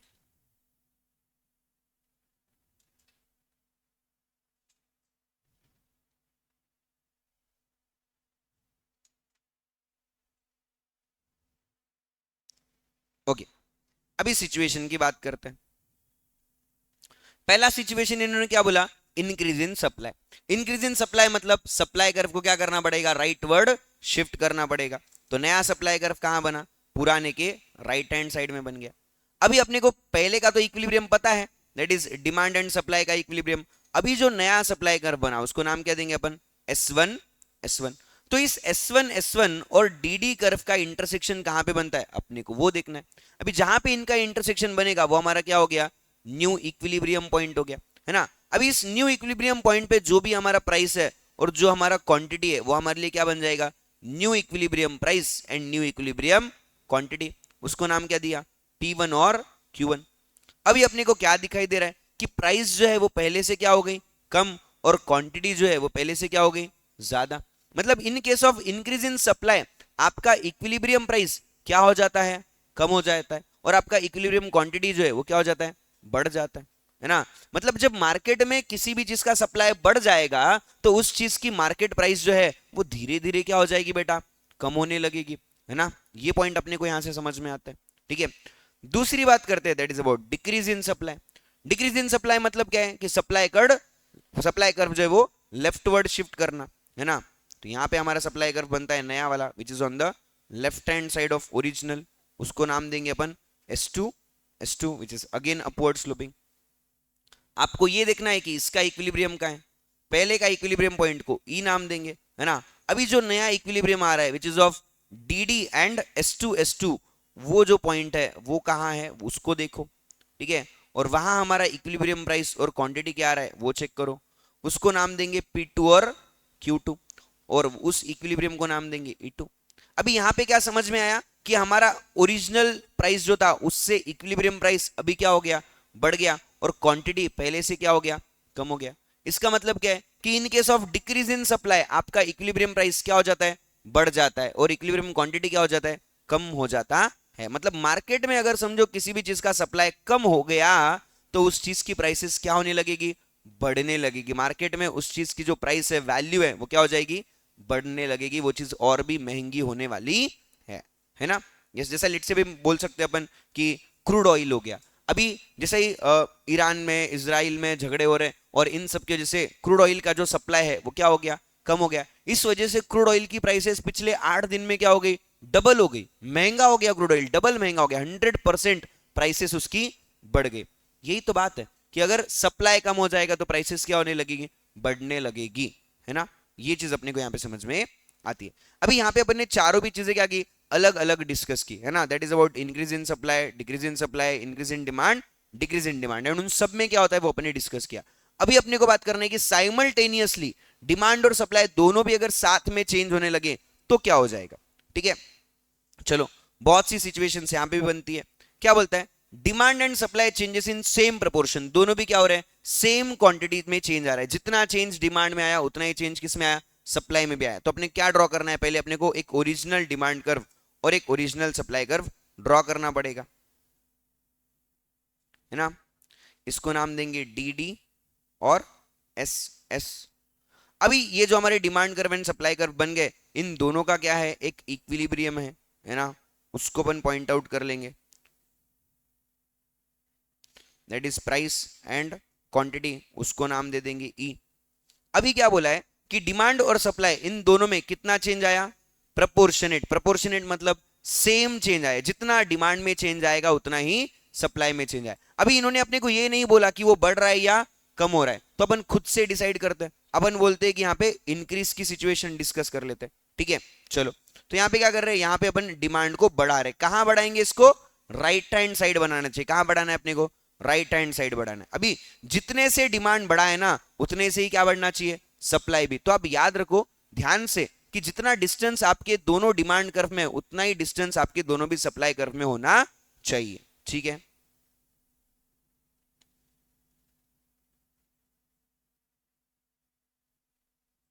Okay, सो इस तरीके से आपने ड्रॉ कर लिया आपका नया डिमांड कर्व और नया सप्लाई कर्व। उसको नाम दिया D1 और सप्लाई को नाम दिया S1। अब इन दोनों का जो इंटरसेक्शन आ रहा है ना, उस इंटरसेक्शन को क्या नाम देंगे, E1। अभी इस इंटरसेक्शन पे अपना इक्विलिब्रियम प्राइस और इक्विलिब्रियम क्वांटिटी कितना है बोलो, तो ये प्राइस बिल्कुल भी उतना ही है जितना अपना पहले था। क्या ये प्राइस बढ़ा, क्या नहीं बढ़ा, लेकिन क्वांटिटी बढ़ गया क्या अपना, यस। क्वांटिटी को नाम दिया Q1, प्राइस क्या है, कांस्टेंट है।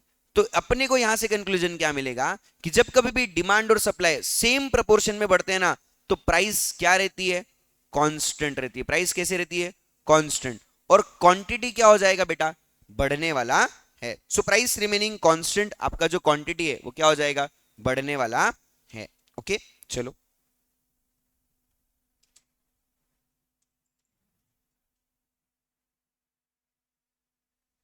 सब लोग मेरे साथ है,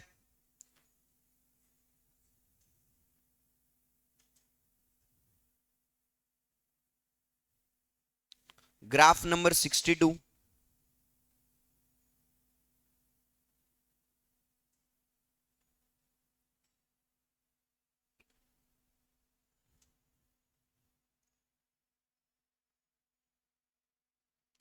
प्राइस एंड क्वांटिटी दोनों का equilibrium, demand curve, supply curve, ठीक है। अभी देखो सिचुएशन क्या बोला है उसके बारे में चलते हैं। सिचुएशन बोल रहा है demand increases more than increase in supply, मतलब दोनों भी बढ़ रहे हैं लेकिन डिमांड ज्यादा बढ़ रहा है सप्लाई से। तो ऐसे में क्या करेगा, देखो ये डिमांड कर्व निकाला हमने, है ना, और ये सप्लाई कर्व निकाला हमने, दोनों भी बढ़े लेकिन डिमांड कितना बढ़ा, ज्यादा बढ़ा। इसका नाम है D1 D1 और इसका नाम है S1 S1, है ना। तो अभी इन दोनों का इंटरसेक्शन D1 D1 और S1 S1 का इंटरसेक्शन कहां आ रहा है, इस पॉइंट पे आ रहा है, इसको नाम देंगे E1। अभी ये जो पॉइंट है इस पॉइंट पे अगर मैं मेरा इक्विलिब्रियम प्राइस और क्वांटिटी चेक करता हूं तो वो कैसे आएगा, देखो ये इक्विलिब्रियम प्राइस को मैंने नाम दिया P1 और क्वांटिटी को दिया Q1। क्या ये इक्विलिब्रियम प्राइस पहले से ज्यादा है और ये इक्विलिब्रियम क्वांटिटी भी पहले से ज्यादा है क्या, यस, है ना। सो जब डिमांड ज्यादा बढ़ेगा सप्लाई से तो क्या हो जाएगा, आपका इक्विलिब्रियम प्राइस भी बढ़ेगा और आपका इक्विलिब्रियम क्वांटिटी भी बढ़ेगा। अभी इसको याद रखने के लिए ना अपने पास एक बढ़िया सा शॉर्ट ट्रिक भी मैं आपको बताता हूं, देखो, है ना, बहुत फायदा होगा आपका इससे। प्राइस भी बढ़ा और क्वांटिटी भी बढ़ा, ओके। अभी समझो कैसे इसको शॉर्ट में याद रख सकते हो, है ना। क्या बोला है सेंटेंस, डिमांड भी बढ़ रहा है और सप्लाई भी बढ़ रहा है, दोनों क्या हो रहे हैं, बढ़ रहे हैं, मतलब दोनों की अपनी अलग अलग सिचुएशन क्या है वो समझो। डिमांड बढ़ना एक सिचुएशन, सप्लाई बढ़ना एक सिचुएशन। फिर ये देखो कि कौन ज्यादा बढ़ा, कौन ज्यादा बढ़ा, डिमांड ज्यादा बढ़ा। अभी जो ज्यादा बड़ा होता है रिएक्शन उसके हिसाब से चलता है। अभी कौन ज्यादा बढ़ा, डिमांड ज्यादा बढ़ा, तो डिमांड में क्या हो रहा है, डिमांड में हो रहा है इंक्रीज। इंक्रीज इन डिमांड में क्या होता है, जाके चेक करो क्या होता है, डिमांड बढ़ने से प्राइस भी बढ़ता है और क्वांटिटी भी बढ़ता है। तो वो सिचुएशन यहां पे भी होना चाहिए, बस इतनी सी बात है, ज्यादा कुछ सोचने की जरूरत नहीं है। तो आपको ये देखना है कि किसका चेंज ज्यादा है, जिसका चेंज ज्यादा है ना उसके हिसाब से आपका ग्राफ आने लगेगा। आपको कुछ और सोचने की जरूरत है क्या, नहीं। तो किसका चेंज ज्यादा है वो देखो, डिमांड का चेंज सप्लाई के चेंज से क्या है, ज्यादा है, तो डिमांड के हिसाब से क्या होगा, गाड़ी चलने लगेगा, उसके हिसाब से अपनी रिएक्शंस आने वाले है। क्लियर हो रहा है क्या, सिंपल सी बात है क्या, बताओ बेटा, यस, ओके। चलो आगे बढ़ते और next, decrease, demand decreases more than decrease in supply और supply increases more than increase in demand. देखो अभी यहां पे अगेन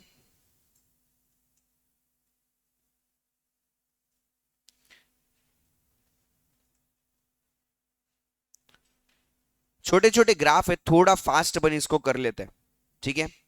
इनिशियली क्या निकालो, डिमांड और सप्लाई कर्व निकालो, इक्विलिब्रियम पता करो, that is your price and quantity, okay. अभी क्या बोला है, सिचुएशन पे आ जाओ। सिचुएशन क्या बोल रहा है, demand decreases more than decrease in supply, मतलब दोनों भी कम हो रहे क्या, यस, डिमांड भी कम हो रहा है और सप्लाई भी कम हो रहा है, बट कौन ज्यादा कम हो रहा है, डिमांड ज्यादा कम हो रहा है। तो फिर डिमांड जब कम होता है तो प्राइस और क्वांटिटी पे क्या इंपैक्ट पड़ता है, डिमांड कम होगा तो प्राइस भी कम होगा और क्वांटिटी भी कम हो जाएगा, तो कंक्लूजन वही आएगा क्या, यस। कैसे आएगा, ड्रॉ करके समझ जाएगा, ठीक है। बट आंसर तो तुमको बगैर देखे पता चल गया क्या, yes, बिल्कुल पता चल गया, ठीक है। तो डिमांड भी कम हुआ और सप्लाई भी कम हुआ, लेकिन डिमांड ज्यादा कम हुआ आपके सप्लाई से, ठीक है, यस। यहां पे आ गया D2 D2, इसको नाम देंगे S2 S2, ठीक है। अभी इन D2 D2 S2 S2 का जो इक्विलिब्रियम है उसका नाम देंगे क्या, E2।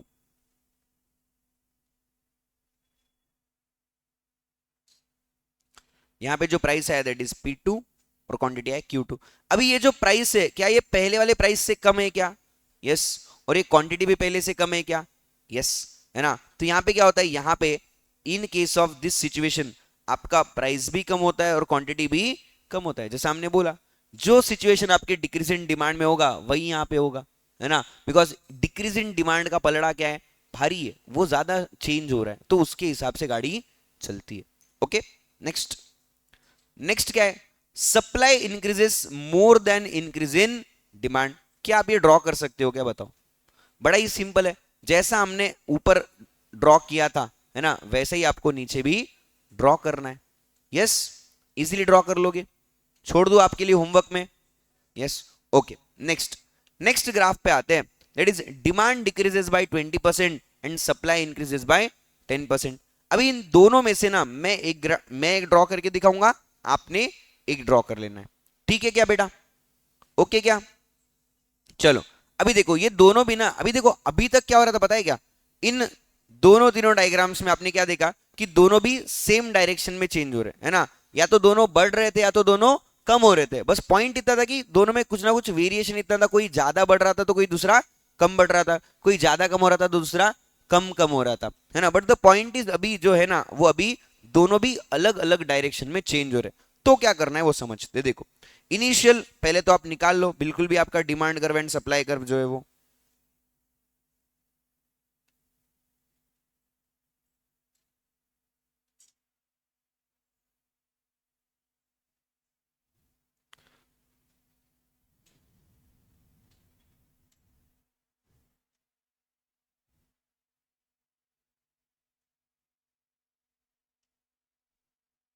Price and quantity. Okay, अभी देखो कि सिचुएशन क्या बोलता है। सिचुएशन क्या बोला है? Demand decreases by 20%। डिमांड कितने परसेंटेज से गिरा? 20%। और सप्लाई कितने से बढ़ा? 10% से। कौन ज्यादा चेंज हो रहा है? कौन ज्यादा चेंज हो रहा है? डिमांड। डिमांड ज्यादा चेंज हो रहा है, कौन से डायरेक्शन में? डिक्रीज हो रहा है। तो यहां पे क्या हो जाएगा? डिमांड डिक्रीज में जो होता है वो यहां पे हो जाएगा। डिमांड डिक्रीज में क्या होता है? प्राइसेस कम होती है और इक्विलिब्रियम क्वांटिटी भी कम हो जाता है। तो वही सिचुएशन यहां पे बननी चाहिए। ओके, तो डिमांड 20% से गिराओ। अभी ये ड्रॉ करते टाइम पे आपको ये ध्यान रखना पड़ेगा कि डिमांड का जो चेंज है ना उससे आधा चेंज आपके सप्लाई में होना चाहिए। बिकॉज डिमांड 20% से गिर रहा है तो सप्लाई 10% से बढ़ रहा है ना? तो डिमांड का कर्व कैसा आएगा? डिमांड का कर्व आ जाएगा बिल्कुल भी लेफ्टवर्ड, बिकॉज वो डिक्रीज का सिचुएशन है। बट सप्लाई का कर्व आपको कहां निकालना है? राइटवर्ड, बिकॉज वो किसका सिचुएशन है? इंक्रीज का। और इंक्रीज जब भी करोगे 10% से करना है, मतलब डिमांड के आधा डिस्टेंस होना चाहिए। ठीक है?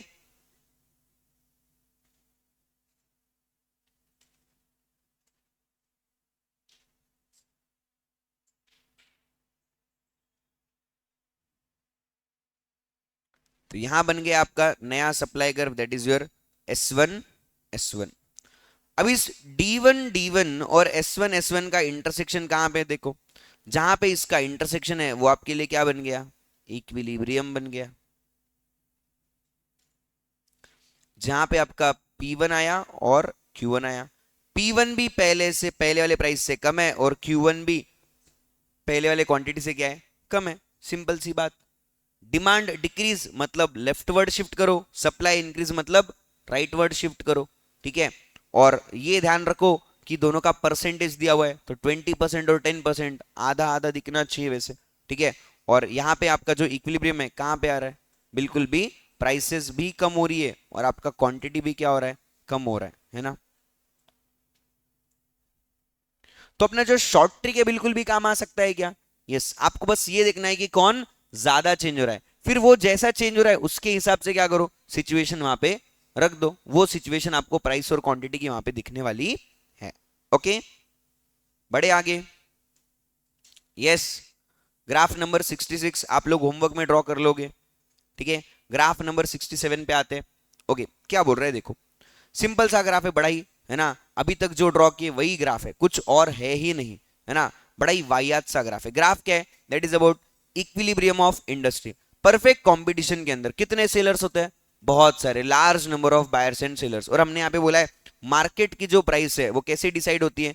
Based on the demand and supply. कोई भी एक बायर या कोई भी एक सेलर मार्केट में प्राइसेस डिसाइड कर सकता है क्या?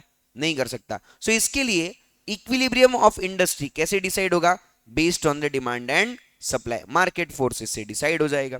ठीक है? तो सिंपल सा आपको यहां पे ड्रॉ करना है एक डिमांड कर्व और एक सप्लाई कर्व, और उन दोनों का जहां भी इंटरसेक्शन बनता है वो हमारे लिए क्या बन जाएगा? इंडस्ट्री का इक्विलिब्रियम प्राइस और इंडस्ट्री का इक्विलिब्रियम क्वांटिटी। ये हो गया इंडस्ट्री के बारे में। बट अपने को बात करना है फर्म के बारे में। फर्म मतलब क्या? एक इंडिविजुअल सेलर। एक इंडिविजुअल सेलर परफेक्ट कंपटीशन में प्रोडक्ट की प्राइसेस कभी भी डिसाइड नहीं कर सकता। सो परफेक्ट कंपटीशन में इक्विलिब्रियम कैसे फाइंड आउट किया जाता है? तो जो परफेक्ट कंपटीशन का सेलर होता है ना, वो होता है प्राइस टेकर। कौन होता है वो? Price taker. कहां से प्राइसेस लेगा? इंडस्ट्री से प्राइसेस क्या करेगा? कॉपी करेगा। मतलब जो इंडस्ट्री का इक्विलिब्रियम प्राइस है वही फर्म का भी क्या बन जाता है? इक्विलिब्रियम प्राइस बन जाता है। और दूसरे इंपॉर्टेंट फीचर क्या बोलता है कि जितने भी सेलर्स हैं वो सब लोग कौन सी प्राइस पे बेच रहे हैं? सिंगल प्राइस पे बेचे, एक ही प्राइस पे बेचेंगे। ओवर द पीरियड उनका प्राइस भी क्या रहेगा? कांस्टेंट रहेगा। वो क्वांटिटी के हिसाब से प्राइसेस कभी चेंज करते क्या? नहीं करते। इन केस ऑफ परफेक्ट कंपटीशन सभी सेलर्स होमोजीनियस प्रोडक्ट बेचते हैं, सिंगल प्राइस पे बेचते हैं, और ओवर द पीरियड उनका प्राइस बिल्कुल भी क्या होता है? कांस्टेंट होता है, सेम होता है। वो कभी भी प्राइसेस को चेंज नहीं करते। सो जो भी हमारा इंडस्ट्री का इक्विलिब्रियम प्राइस है वही हमारा फर्म का भी क्या बन जाएगा बेटा? इक्विलिब्रियम प्राइस बनने वाला है। ओके, तो वही प्राइस फर्म में भी क्या हो जाएगा? कॉपी हो जाएगा। ठीक है। अच्छा, जब कभी भी प्राइस, अच्छा प्राइस को ही अपन क्या बोलते हैं? एवरेज रेवेन्यू भी बोलते हैं। तो price is equals to average revenue. और दूसरी इंपॉर्टेंट बात हमको यहाँ पे क्या बोली गई थी कि जब कभी भी प्राइस कांस्टेंट हो जाता है तो एवरेज रेवेन्यू और मार्जिनल रेवेन्यू इक्वल टू क्या हो जाता है? प्राइस हो जाता है ना। जब कभी भी आपका प्राइस क्या होता है? कांस्टेंट होता है। In case of perfect competition आपका average revenue marginal revenue equal to क्या हो जाते हैं? प्राइस हो जाते हैं। सो ये हमको पता चल गया कि इंडस्ट्री का और फर्म का इक्विलिब्रियम प्राइस क्या है, वो हमने कॉपी कर लिया। But how to find out the equilibrium quantity of firm? तो अपने को इक्विलिब्रियम क्वांटिटी का रूल लगाना है। क्या बोलता है रूल? दो कंडीशंस देखो, क्या क्या? पहला, MC is equals to MR। दूसरा क्या देखो? MC curve must cut MR from below. तो यहां पे अपने क्या करना पड़ेगा? एक MC कर्व ड्रॉ करना पड़ेगा जो बिल्कुल भी क्या होगा? यू शेप्ड होगा। कैसा होगा? U shaped. फिर हमको देखना है कि भाई MC और MR एक दूसरे को कहां पे इंटरसेक्ट कर रहे हैं। तो यहां पे हमारे पास दो पॉइंट आ गए, एक हो गया पॉइंट A और दूसरा हो गया पॉइंट B, है ना। सो कौन सी क्वांटिटी को इक्विलिब्रियम क्वांटिटी मानेंगे, ये हमारे लिए सवाल है। तो दूसरा कंडीशन क्या बोलता है? MC curve must cut MR from below. जिस पॉइंट पे MC कर्व MR को बिलो से कट करेगा वही पॉइंट हमारा क्या होता है? इक्विलिब्रियम पॉइंट होता है। तो यहां पे हमारा पॉइंट कौन सा बन जाएगा? B पॉइंट हमारा इक्विलिब्रियम पॉइंट बन जाएगा। ठीक है। अच्छा, इसके पहले वाले को क्यों नहीं मान सकते इक्विलिब्रियम? बिकॉज अगर ये क्वांटिटी आप प्रोड्यूस करके बेच दे और इससे ज्यादा अगर प्रोड्यूस करते, लेट से यहां पे कुछ क्वांटिटी प्रोड्यूस करते ना, तो क्या इससे ज्यादा प्रॉफिट इस क्वांटिटी पे होता क्या? यस, बिकॉज ये है मार्जिनल रेवेन्यू, मतलब एक एडिशनल यूनिट का रेवेन्यू, और ये है उसका एडिशनल कॉस्ट। कॉस्ट है कम और रेवेन्यू है ज्यादा, तो इन दोनों का जो डिफरेंस है वो प्रॉफिट में एड ऑन हो रहा है क्या? यस। इसलिए ये जो क्वांटिटी है वो हमारा मैक्सिमम प्रॉफिट वाला क्वांटिटी नहीं है, इसलिए वो इक्विलिब्रियम नहीं ला सकता। ये हमारा मैक्सिमम प्रॉफिट वाला क्वांटिटी है, बिकॉज इसके बाद अगर आपने कुछ भी प्रोड्यूस किया तो वहां पे एडिशनल कॉस्ट हो जाएगी ज्यादा और एडिशनल रेवेन्यू हो जाएगा कम। तो उससे आपको प्रॉफिट नहीं होगा, बल्कि उस एडिशनल यूनिट से क्या होने लगेगा? लॉस होने लगेगा। इसलिए हमारा जो है वो बी पॉइंट क्या बन जाता है? इक्विलिब्रियम पॉइंट बन जाता है। ओके, चलो। At equilibrium quantity MC is equals to MR, and MC curve must cut MR from below.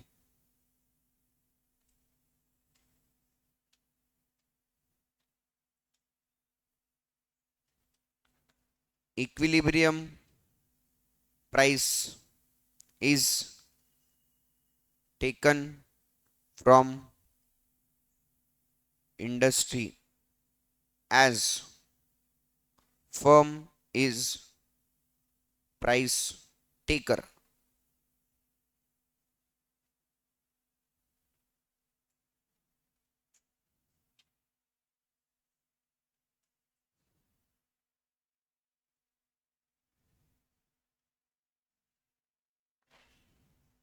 हो गया इतना सबका ड्रॉ करके?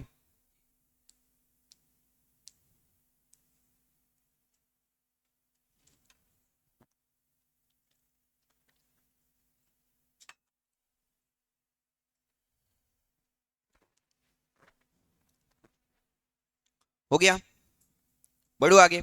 चलो कुछ ही ग्राफ अपने बचे यहाँ पे अभी, है ना, बहुत ही सिंपल सिंपल एकदम। चलो क्या बोल रहे हैं अपन, short term situations in perfect competition. Perfect competition के अंदर शॉर्ट टर्म में कौन से सिचुएशन बन सकते हैं? तो शॉर्ट टर्म में टोटलिटी पे 3 सिचुएशंस बन सकती है। कौन सी? एक होता है नॉर्मल प्रॉफिट, एक होता है सुपर नॉर्मल प्रॉफिट, और एक होता है लॉसेस, है ना।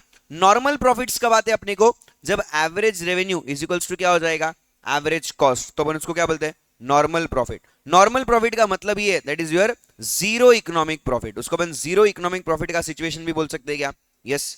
सुपर नॉर्मल प्रॉफिट कब आता है? जब average revenue is greater then average cost, तो हो जाता है सुपर नॉर्मल प्रॉफिट। और लॉसेस कब आता है? जब average revenue is less then average cost, तो वो क्या हो जाता है, लॉसेस का सिचुएशन बन जाता है। तो अपने को बोला है कि शॉर्ट टर्म में ये तीनों सिचुएशंस पॉसिबल है। देखो, तो ये जब अपन ग्राफ ड्रॉ कर रहे हैं ना, तो अपने क्या कर रहे हैं, अपने को सबसे पहले पता करना पड़ता है इक्विलिब्रियम पॉइंट, और उसके बाद में अपने को सिचुएशन के हिसाब से क्या ड्रॉ करना है, ग्राफ ड्रॉ करना है। पहले अपन क्या फाइंड आउट करते हैं, इक्विलिब्रियम फाइंड आउट करते हैं। पहले क्या फाइंड आउट करेंगे, इक्विलिब्रियम, और उसके बाद में उस इक्विलिब्रियम पॉइंट पे ये सिचुएशन अपने को क्या करना है, रिप्रेजेंट करना है, क्रिएट करना है, तो वो क्या बन जाएगा, उसका ग्राफ बन जाएगा। बड़ा ही सिंपल है, ठीक है। चलो तो पहले क्या करेंगे, पहले अपने को पता है परफेक्ट कंपटीशन में प्राइस क्या होती है, कांस्टेंट। तो अपने को क्या करना है, बिल्कुल भी प्राइस लाइन निकालना है, which is again a straight line parallel to X axis, horizontal curve भी आप इसको बोल सकते हो, जहां पे price is equals to A R is equals to M R, ठीक है। दूसरा काम अपन करते हैं यहाँ पे, to find out the equilibrium quantity which is MC curve, जिसको अपने कैसा बनाना है, यू शेप बनाना है। तो ये बन गया हमारा एमसी कर्व। अभी जहां पे MC is equals to M R हो गया, वो हमारे लिए क्या बताएगा, equilibrium quantity which is Q. इतना हो गया to find out the equilibrium. इतना सबने कर लिया क्या, बताओ? इतने पॉइंट से अपने क्या पता चला कि अपना इक्विलिब्रियम क्या है, ठीक है। अभी अपने को इस इक्विलिब्रियम क्वांटिटी पे, क्यू क्वांटिटी पे सिचुएशन बनाना है नॉर्मल प्रॉफिट का। नॉर्मल प्रॉफिट कब आता है, जब A R is equals to AC होगा। तो मुझे यहाँ पे क्या करना है, मुझे यहाँ पे एक एवरेज कॉस्ट कर्व ड्रॉ करना है, ठीक है। कैसा ड्रॉ करना है कि वो इक्विलिब्रियम पे ए आर के उतना हो जाए, मतलब ए आर पॉइंट को क्या करना पड़ेगा, उसको इंटरसेक्ट करना पड़ेगा। अभी जब मैं ए सी यहाँ पे ड्रॉ करता हूं ना, तो डायरेक्टली किसी भी तरीके से अगर ऐसा निकाल दूं या कुछ भी करके निकाल दूं, तो जमेगा क्या, नहीं। ऐसा निकाल दिया, लेट से मैंने अगर ऐसा एसी बना दिया, ओके, यू शेप्ड एसी अगर ऐसा बना दिया, या फिर लेट से मैंने अगर ऐसा एसी बना दिया, तो चलेगा क्या, नहीं चलेगा, बिकॉज वो वहां पे गलत हो जाएगा। क्यों गलत होगा, बिकॉज एवरेज कॉस्ट और मार्जिनल कॉस्ट, इन दोनों के भी कुछ आपस में क्या है, रिश्ते हैं, है ना। वो रिश्ता क्या बोलता है कि जब कभी भी एसी एमसी को इंटरसेक्ट करेगा, तो एसी अपने कहां होना चाहिए, मिनिमम पे होना चाहिए। कहां होना चाहिए, मिनिमम पे होना चाहिए। तो यहां पे देखो आप, जब ए आर कर्व को जहां पे इक्विलिब्रियम आ रहा है, क्या वहां पे एमसी भी आ रहा है क्या, यस। तो जब आप एसी ड्रॉ करते हो, तो आपको ये ध्यान में रखना पड़ेगा कि एसी इसी पॉइंट पे अपना क्या बनाए, मिनिमम बनाए, सो दैट उसकी जो रिलेशनशिप है एसी और एमसी की, वो भी क्या हो जाएगी, यहाँ पे फुलफिल होने वाली है। तो यहाँ पे अपन क्या करते हैं, बिल्कुल भी एक यू शेप्ड कर्व बनाएंगे इस तरीके से, जो at equilibrium point A R is equals to A C भी रिप्रेजेंट करे, और एमसी को जब वो इंटरसेक्ट करे, तो अपने कहां हो, मिनिमम पे हो, है ना। किसी भी पॉइंट पे इंटरसेक्ट करेगा तो जमेगा क्या, नहीं जमेगा। मैथ्स जितनी भी हमारी प्रॉपर्टीज है ग्राफ की, वो हमको याद होनी चाहिए वाइल ड्रॉइंग द ग्राफ, वरना हमारा ग्राफ क्या हो जाएगा, गलत हो जाएगा, ठीक है। सो इस तरीके से आपका क्या बनता है, नॉर्मल प्रॉफिट का ग्राफ बन जाता है, ठीक है।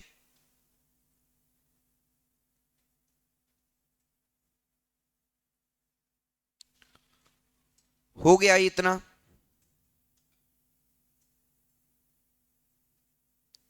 फिर आते हैं सुपर नॉर्मल प्रॉफिट पे। पहले तो फाइंड आउट करेंगे इक्विलिब्रियम, सिंपल काम, पहले क्या निकालो,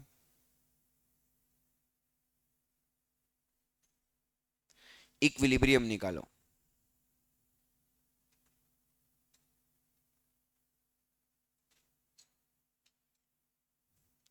ये आ गया प्राइस और क्वांटिटी।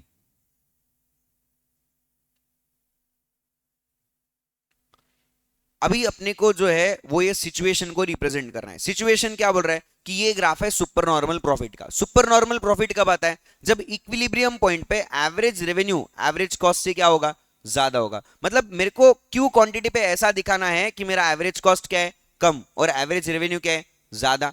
बट जब ये यहां से मेरा एसी गुजरेगा ना, तब वो किसको टच कर लेगा, एमसी को टच कर लेगा। और जब वो एमसी को टच करता है तो वो कहां होना चाहिए, मिनिमम पे होना चाहिए। तो जब भी अपन एसी ड्रॉ करते हैं यहां पे, तो अपने को इस तरीके से ड्रॉ करना पड़ेगा कि जब भी वो एमसी को टच करे वो अपने मिनिमम पे हो, और उसके बाद में वो क्या होना चाहिए, बढ़ते रहना चाहिए। तो इस तरीके से अपने को क्या करना पड़ता है, एसी कर्व यहां पे ड्रॉ करना पड़ता है। ठीक है, थोड़ा एक मिनट यहाँ पे छोटा सा प्रॉब्लम हुआ, वो मिनिमम नहीं था वहां पे। आप जब ड्रॉ कर रहे हो थोड़ा ध्यान रख के करो, है ना, बिकॉज वो मिनिमम दिखना चाहिए अपना प्रॉपर। राइट, ये हो गया अभी मिनिमम पे। देखो ये आ गया इसका एट इक्विलिब्रियम अपना एवरेज कॉस्ट कितना है। ठीक है, अभी यहां से मुझे क्या करना है, यहां से मुझे इस पॉइंट को जो है वो इस प्राइस लाइन तक लेके जाने का है। यहां पे लूंगा मैं पॉइंट सी, इसको नाम दिया पॉइंट ई, और इसको नाम दिया पॉइंट ए। ठीक है, तो अभी मैं क्या बोलूंगा, भाई मेरा इक्विलिब्रियम मुझे मिल गया at quantity, at E point, जहां पे क्यू क्वांटिटी मैंने प्रोड्यूस किया। उस इक्विलिब्रियम पे मेरा एवरेज रेवेन्यू कितना है, so my average revenue is E Q बोलो चाहे आप ओपी बोलो, ये मेरा क्या है, एवरेज रेवेन्यू है ना, बिकॉज इस क्वांटिटी पे मेरा रेवेन्यू का पॉइंट यहां पे आ रहा है। What is my average cost, my A Q is my average cost, because मेरा एवरेज कॉस्ट कर्व मुझे यहां पे इंटरसेक्ट कर रहा है। तो जो एवरेज रेवेन्यू और एवरेज कॉस्ट के बीच का डिफरेंस है ना, that difference is representing me my super normal profit. तो ये जो मुझे यहाँ पे रेक्टेंगल मिलता है, वो रेक्टेंगल वो मेरे लिए क्या रिप्रेजेंट कर रहा है, सुपर नॉर्मल प्रॉफिट रिप्रेजेंट कर रहा है। सो ये जो CPEA जो मेरा रेक्टेंगल है, वो रेक्टेंगल किस चीज का है, सुपर नॉर्मल प्रॉफिट्स का है, बिकॉज यहाँ पे मेरा इक्विलिब्रियम क्वांटिटी पे एवरेज रेवेन्यू ज्यादा है और एवरेज कॉस्ट कम है। ठीक है, ये हो गया सुपर नॉर्मल प्रॉफिट का सिचुएशन। देखो अपने को ना ग्राफ खुद से ड्रॉ करने, अपने को सिचुएशन पता है, पहले इक्विलिब्रियम निकालेंगे और उसके बाद सिचुएशन अपन खुद ही बनाएंगे, बिकॉज अपने को तो बस क्या ड्रॉ करने का है, एक एसी कर्व ड्रॉ करना है और वो काम हो जाएगा। बस जब भी अपन ड्रॉ कर रहे हैं तो रिलेशनशिप ध्यान में रख के अपने को ग्राफ ड्रॉ करने चाहिए। Okay, yes, okay. इसके बाद लॉसेस।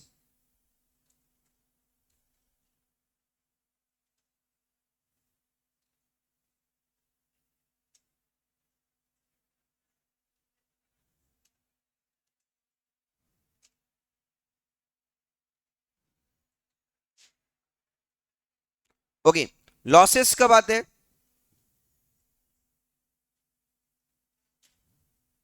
है ना, पहले तो इक्विलिब्रियम निकाल लेंगे। ओके, अभी इस पॉइंट इक्विलिब्रियम पॉइंट पे अपने को दिखाने का है कि अपन कौन से सिचुएशन में, लॉस में। ठीक है, अभी लॉस में दिखाने के लिए आपको क्या करना पड़ेगा, आपको ये बताना है कि एट इक्विलिब्रियम पॉइंट आपका एवरेज कॉस्ट कितना है, ज्यादा है, और आपका एवरेज रेवेन्यू कितना है, कम, है ना। सो एवरेज कॉस्ट कर्व मुझे ऐसा ड्रॉ करना पड़ेगा जो इस एवरेज रेवेन्यू के क्या रहे, ऊपर रहे एट इक्विलिब्रियम क्वांटिटी, है ना। और तो मैं इसलिए कैसे ड्रॉ करूंगा, इसको इस तरीके से ड्रॉ कर लूंगा,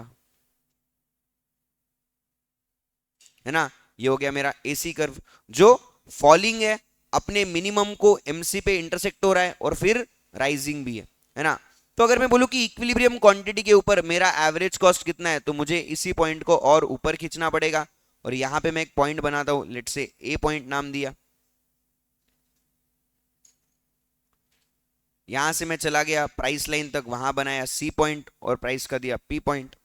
तो ये जो ट्रायंगल मुझे यहां पे मिल रहा है, नहीं सॉरी ट्रायंगल बोल रहा हूं, ये जो रेक्टेंगल मुझे यहां पे मिल रहा है, ये रेक्टेंगल किसे रिप्रेजेंट कर रहा है, लॉसेस को रिप्रेजेंट कर रहा है। बिकॉज मेरा टोटल रेवेन्यू कितना है, दैट इज OPEQ, और मेरा टोटल कॉस्ट कितना है, OCAQ, है ना। So total cost minus total revenue अगर मैं करता हूं, तो मेरा जो इतना पोर्शन रह जाएगा ना, that portion is representing me my losses,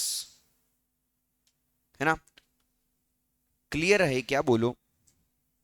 बड़ी सिंपल ग्राफ है ना। ये ग्राफ को देखने की डरने की जरूरत है क्या, नहीं, ग्राफ तो अपन खुद बना रहे ना। तुम बस क्या बोलो, सिचुएशन बोलो, ग्राफ हम खुद से ड्रॉ कर लेंगे। अपने को करना क्या है, अपने को पहले पता करना है इक्विलिब्रियम, और इक्विलिब्रियम के बाद उस सिचुएशन पे अपन ग्राफ बना रहे। तुम जैसा बोलेंगे वैसा हम डिजाइन लगा के उसको दे देंगे। तुम बोले नॉर्मल प्रॉफिट बनाओ, वो बनाएंगे। तुम बोले सुपर नॉर्मल बनाओ, वो बना देंगे। तुम बोले लॉसेस बनाओ, हम वो भी बना देंगे, कोई दिक्कत नहीं है। क्लियर है क्या, बोलो, है ना? यस। अच्छा, लॉन्ग रन के अंदर, शॉर्ट रन का तो आपने बोल दिया कि शॉर्ट रन में ये सब हो सकता है। लॉन्ग रन में क्या होगा इन case of perfect competition? Long run में क्या होगा? लॉन्ग रन में सिर्फ और सिर्फ एक ही चीज होगी, और वो क्या होगा? Normal profit. कुछ और हो सकता है क्या? नहीं हो सकता, है ना? देखो, शॉर्ट रन में तीनों भी चीजें हो रही थी, नॉर्मल प्रॉफिट भी था, सुपर नॉर्मल प्रॉफिट भी था, और लॉसेस भी था। लेकिन लॉन्ग रन में सिर्फ क्या होगा? नॉर्मल प्रॉफिट्स होंगे। क्यों? इसके पीछे का लॉजिक भी समझो। जो लोग शॉर्ट रन में ही लॉस खा रहे थे, वो लोग लॉन्ग रन तक एग्जिस्ट कर पाएंगे क्या? नहीं कर पाएंगे। तो इनका तो धंधा ही हो गया बंद, तो ये तो मार्केट के बाहर चले गए, है ना? जो लोग सुपर नॉर्मल प्रॉफिट कमा रहे थे ना, उनको देख के और भी बहुत सारे लोग उस इंडस्ट्री में क्या कर रहे हैं? एंट्री कर रहे हैं। और परफेक्ट कंपटीशन है, फ्री एंट्री एंड एग्जिट। तो बहुत सारे लोग जब इस इंडस्ट्री में आ रहे, तो यहाँ पे नंबर ऑफ सेलर्स क्या हो गए? बढ़ गए। जब नंबर ऑफ सेलर्स बढ़ जाते हैं तो सप्लाई क्या हो जाता है? बढ़ जाता है। और जब सप्लाई बढ़ जाता है तो प्रोडक्ट की प्राइसेस, अभी आपने बोला था, क्या हो जाती है? कम हो जाती है। जब प्रोडक्ट की प्राइसेस कम हो गई तो हमको जो प्रॉफिट आ रहा था, अभी वो प्रॉफिट क्या हो गया? चला गया। फिर हम कहां पे आ गए? हम आ गए नॉर्मल प्रॉफिट के ऊपर। कहां पे आ गए अपन? नॉर्मल प्रॉफिट पे आ गए। तो इसलिए क्या बोला है, in case of long run सिर्फ और सिर्फ एक ही सिचुएशन पॉसिबल होता है, that is of the normal profit. Okay, तो आप लोग लॉन्ग रन के नॉर्मल प्रॉफिट का सिचुएशन सेम ऐसा ही बना देंगे, सेम ऐसा निकाल लेंगे। बहुत बढ़िया। चलो आगे बढ़ते हैं ऑन लास्ट 6 ग्राफ, जिसमें से आपको दो तो बिल्कुल भी ड्रॉ करने ही नहीं है, ठीक है? दो मैं आपको, एक मैं आपको दिखा दूंगा, एक आपको होमवर्क भी दे सकता हूं, ठीक है? देखो, दो तो मैंने यहाँ पे खुद से लिख रखे हैं, कॉपी कॉपी बस, और 4 ग्राफ ड्रॉ करने, ठीक है? आ जाओ, क्या बोल रहा है देखो। Equilibrium under monopoly. मोनोपोली के अंदर इक्विलिब्रियम कैसे फाइंड आउट होगा, है ना? मोनोपोली के अंदर आपका जो मार्जिनल रेवेन्यू कर्व आता है ना, बिल्कुल भी कैसा होता है? डाउनवर्ड स्लोपिंग आता है। कैसा होता है? Downward sloping. बिकॉज एक एडिशनल यूनिट जब भी आपको बेचना होगा, आपको पहले से सस्ते में ही बेचना पड़ेगा। सो आपका जो एमआर कर्व आएगा under monopoly is your downward sloping, और आपका जो एमसी कर्व आएगा under monopoly is again what? Upward sloping. कैसा होता है ये? Upward sloping. सो अगेन वही बात हो गई, क्या देखो, MC is equals to MR। देखो, तो जहां पे आपका MC is equals to MR आ गया, वो आपके लिए क्या हो गया? इक्विलिब्रियम क्वांटिटी हो गया, ठीक है? और what is price? Equilibrium price कैसे निकलेगा? तो बोले इस क्वांटिटी पे आपका एवरेज रेवेन्यू कितना है, आपको वो देखना है, और जो आपका एवरेज रेवेन्यू है वही आपका क्या बन जाएगा? प्राइस बन जाएगा। तो इस इक्विलिब्रियम क्वांटिटी को ऊपर बढ़ाते लेके जाओ AR ग्राफ तक, AR कर्व तक, और वहां पे जो प्राइस है उसको क्या बना दो? आपका इक्विलिब्रियम प्राइस बना दो। AR कर्व MR कर्व दोनों भी क्या होता है? डाउनवर्ड स्लोपिंग ही होता है। तो पहले अपन क्या करेंगे? पहले MC is equals to MR check करेंगे, और उस पे अपना क्या बनाएंगे? Equilibrium quantity. फिर उस क्वांटिटी पे अपना AR कर्व कहां तक जा रहा है वो देखेंगे, और वहां पे हमारा पॉइंट जो आ जाएगा उसको हम क्या बना देंगे? हमारी इक्विलिब्रियम प्राइस बनाने वाले हैं। ओके, चलो तो यहां पे कुछ बातें लिख लेते हैं। To find equilibrium, first find equilibrium quantity by MC is equals to MR, and MC curve must cut MR from below. Then take the point on AR curve at equilibrium output as firm is price maker, है ना? यहां पे firm price maker है, इसलिए वो लोग खुद से अपना प्राइस डिसाइड कर रहे हैं, वो किसी से कॉपी कर रहे हैं क्या? नहीं कर रहे, ठीक है? बड़े आगे चलो, लिखो जल्दी जल्दी, स्पीड बढ़ाओ यार, fast and furious.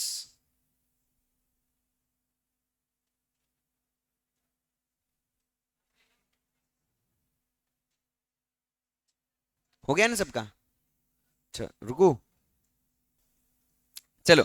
Next is your short term situations in monopoly. देखो शॉर्ट टर्म में दो सिचुएशन बनती है मोनोपोली के अंदर। या तो मोनोपोली जो पर्सन है वो लॉसेस खाएगा, या तो सुपर नॉर्मल प्रॉफिट कमाएगा। मतलब या तो धमाकेदार बिजनेस करेगा, लोगों को फुल ऑन लूटेगा और सुपर नॉर्मल प्रॉफिट खाएगा, या तो उस इंडस्ट्री में अपने को खुद को जमाने के लिए क्या खाएगा, लॉसेस खाएगा, सस्ते में अपना माल बेचते रहेगा और अपना मोनोपोली जनरेट करेगा। दो सिचुएशन यहां पे पॉसिबल है। तो अगेन सिचुएशन ड्रॉ करने के लिए पहले क्या फाइंड आउट करेंगे अपन, इक्विलिब्रियम। पहले क्या फाइंड आउट करेंगे बेटा, इक्विलिब्रियम। तो निकालो जल्दी जल्दी इक्विलिब्रियम। देखो एक मैं निकाल के दिखाता हूं, एक तुम खुद से निकाल लेना, ठीक है? चलो देखो इधर ध्यान दो, है ना। ये आया एमसी, ये बना एमआर, और ये है एआर। जहां पे MC is equals to MR होता है वो क्या हो गया, इक्विलिब्रियम क्वांटिटी। उसी क्वांटिटी पे आपको जाना है कहां तक, एआर तक, जिससे आपको क्या मिल जाएगा, आपका इक्विलिब्रियम प्राइस मिल जाएगा। अभी आपको सिचुएशन किसका बताना है, लॉसेस का। लॉसेस का सिचुएशन मतलब इक्विलिब्रियम प्राइस पे एवरेज रेवेन्यू एवरेज कॉस्ट से क्या होना चाहिए, कम होना चाहिए। या फिर ऐसा बोल सकता हूं कि एवरेज कॉस्ट इक्विलिब्रियम पे एवरेज रेवेन्यू की भी क्या हो, ऊपर होनी चाहिए। सो मैंने यहां पे एक ऐसा एसी कर्व ड्रॉ करना है जो क्या होगा, इस एवरेज रेवेन्यू के ऊपर होगा।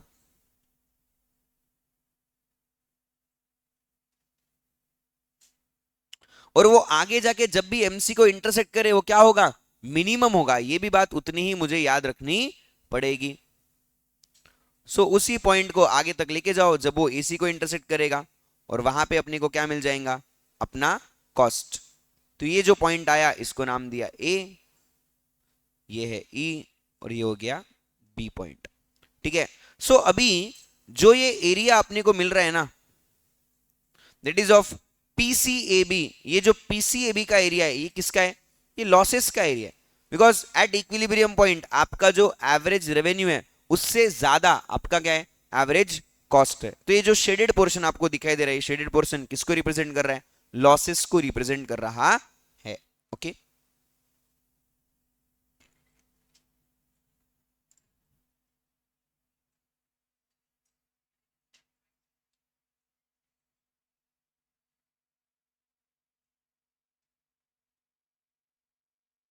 सुपर नॉर्मल प्रॉफिट, इक्विलिब्रियम निकालेंगे एट क्वांटिटी क्यू, देन इसको लेके जाएंगे कहां तक, एआर कर्व तक, ठीक है।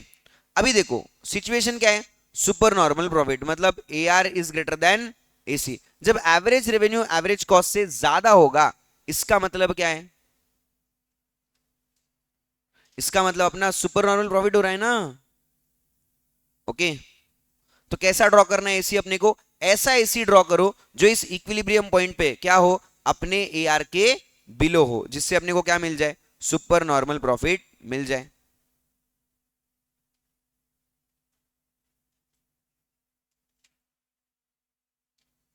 सो इस तरीके से आपने एसी ड्रॉ किया विच इज यू शेप्ड। और इंपॉर्टेंट बातें क्या याद रखेंगे कि जब भी एमसी को इंटरसेक्ट करेगा मिनिमम पे होना चाहिए। तो जब वो एआर को मिलेगा तब जो पॉइंट आएगा that is for the price, और जब एसी को जब मिलेगा तब जो पॉइंट आएगा that is for the cost, है ना। इसको नाम दिया ए, इसको दिया बी, और ये है इक्विलिब्रियम का ई। तो अभी ये जो एरिया अपने को मिल रहा है that area of CPAB is representing what, my super normal profits. Super normal profits में होता क्या है कि एवरेज रेवेन्यू ज्यादा होता है एवरेज कॉस्ट से एट इक्विलिब्रियम, और वही लॉसेस में क्या होता है कि एवरेज रेवेन्यू जो है वो कम होता है एवरेज कॉस्ट से एट इक्विलिब्रियम, ठीक है। ये दो सिचुएशंस यहां पे बनती है, दैट्स इट।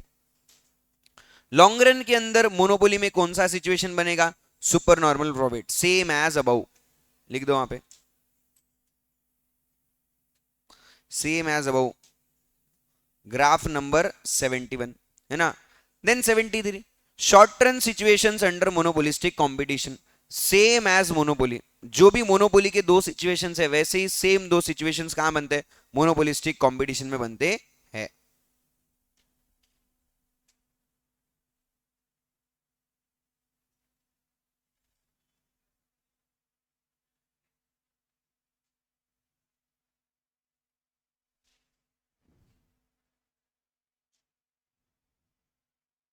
है ना? 72 में जैसे दोनों सिचुएशंस बताए वाले वैसे ही दोनों सिचुएशंस मोनोपोलिस्टिक कंपटीशन में भी बनते हैं, because monopolistic competition is a combination of monopoly and perfect competition. ठीक है, हो गया। बस बेटा और दो ग्राफ। अरे किंग्ट वाला तो एकदम चिल्लर है। Long run situations under monopolistic competition. अभी देखो कौन सी सिचुएशन लॉन्ग रन में पॉसिबल है? सिर्फ और सिर्फ नॉर्मल प्रॉफिट पॉसिबल है। कौन सा सिचुएशन पॉसिबल है? सिर्फ और सिर्फ नॉर्मल प्रॉफिट। अभी नॉर्मल प्रॉफिट मतलब अपने को क्या ड्रॉ करना पड़ेगा? अपने को ऐसा बताने का है कि एट ए आर एसी क्या हो जाएगा? इक्वल हो जाएगा, है ना? तो देखो नॉर्मल प्रॉफिट मतलब A R is equals to AC अपने को रिप्रेजेंट करना है। पहला काम क्या होता है बेटा हमेशा अपना? क्या फाइंड आउट करेंगे? इक्विलिब्रियम। इक्विलिब्रियम के लिए हमको क्या चाहिए? M C is equals to M R. ये आया इक्विलिब्रियम क्वांटिटी। इसको लेके जाओ कहां तक? ए आर तक। फिर तुमको क्या मिलेगा? इक्विलिब्रियम प्राइस, है ना? फिर अपने को बताना है नॉर्मल प्रॉफिट। अभी नॉर्मल प्रॉफिट मतलब क्या? ऐसा एसी कर्व ड्रॉ करो जो इक्विलिब्रियम पॉइंट पे क्या हो जाए? ए आर के इक्वल हो जाए, है ना? तो ठीक है, ड्रॉ कर लेंगे।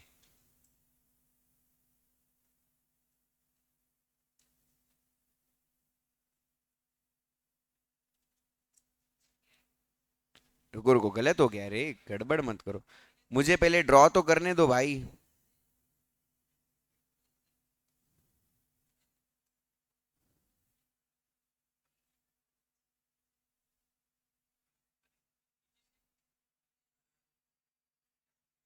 कहीं से भी जा सकता है, उसको क्या है?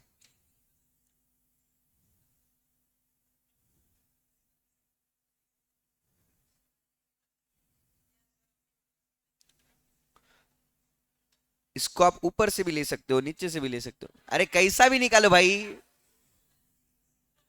प्रॉपर्टीज याद रख के निकालो बस, उसमें क्या है?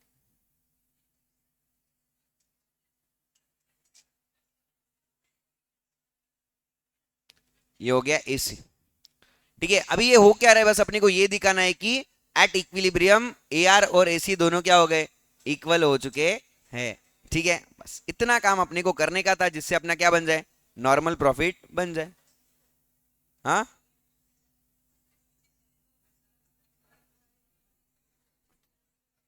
चलो last graph is your kinked demand curve. Kinked demand curve कैसा होता है? बिल्कुल भी किंग्ट के जैसा होता है। देखो ये रहेगा आपका प्रीवेलिंग प्राइस और प्रीवेलिंग क्वांटिटी। ठीक है, और यहां पे आपका किंग कैसे बनता है? देखो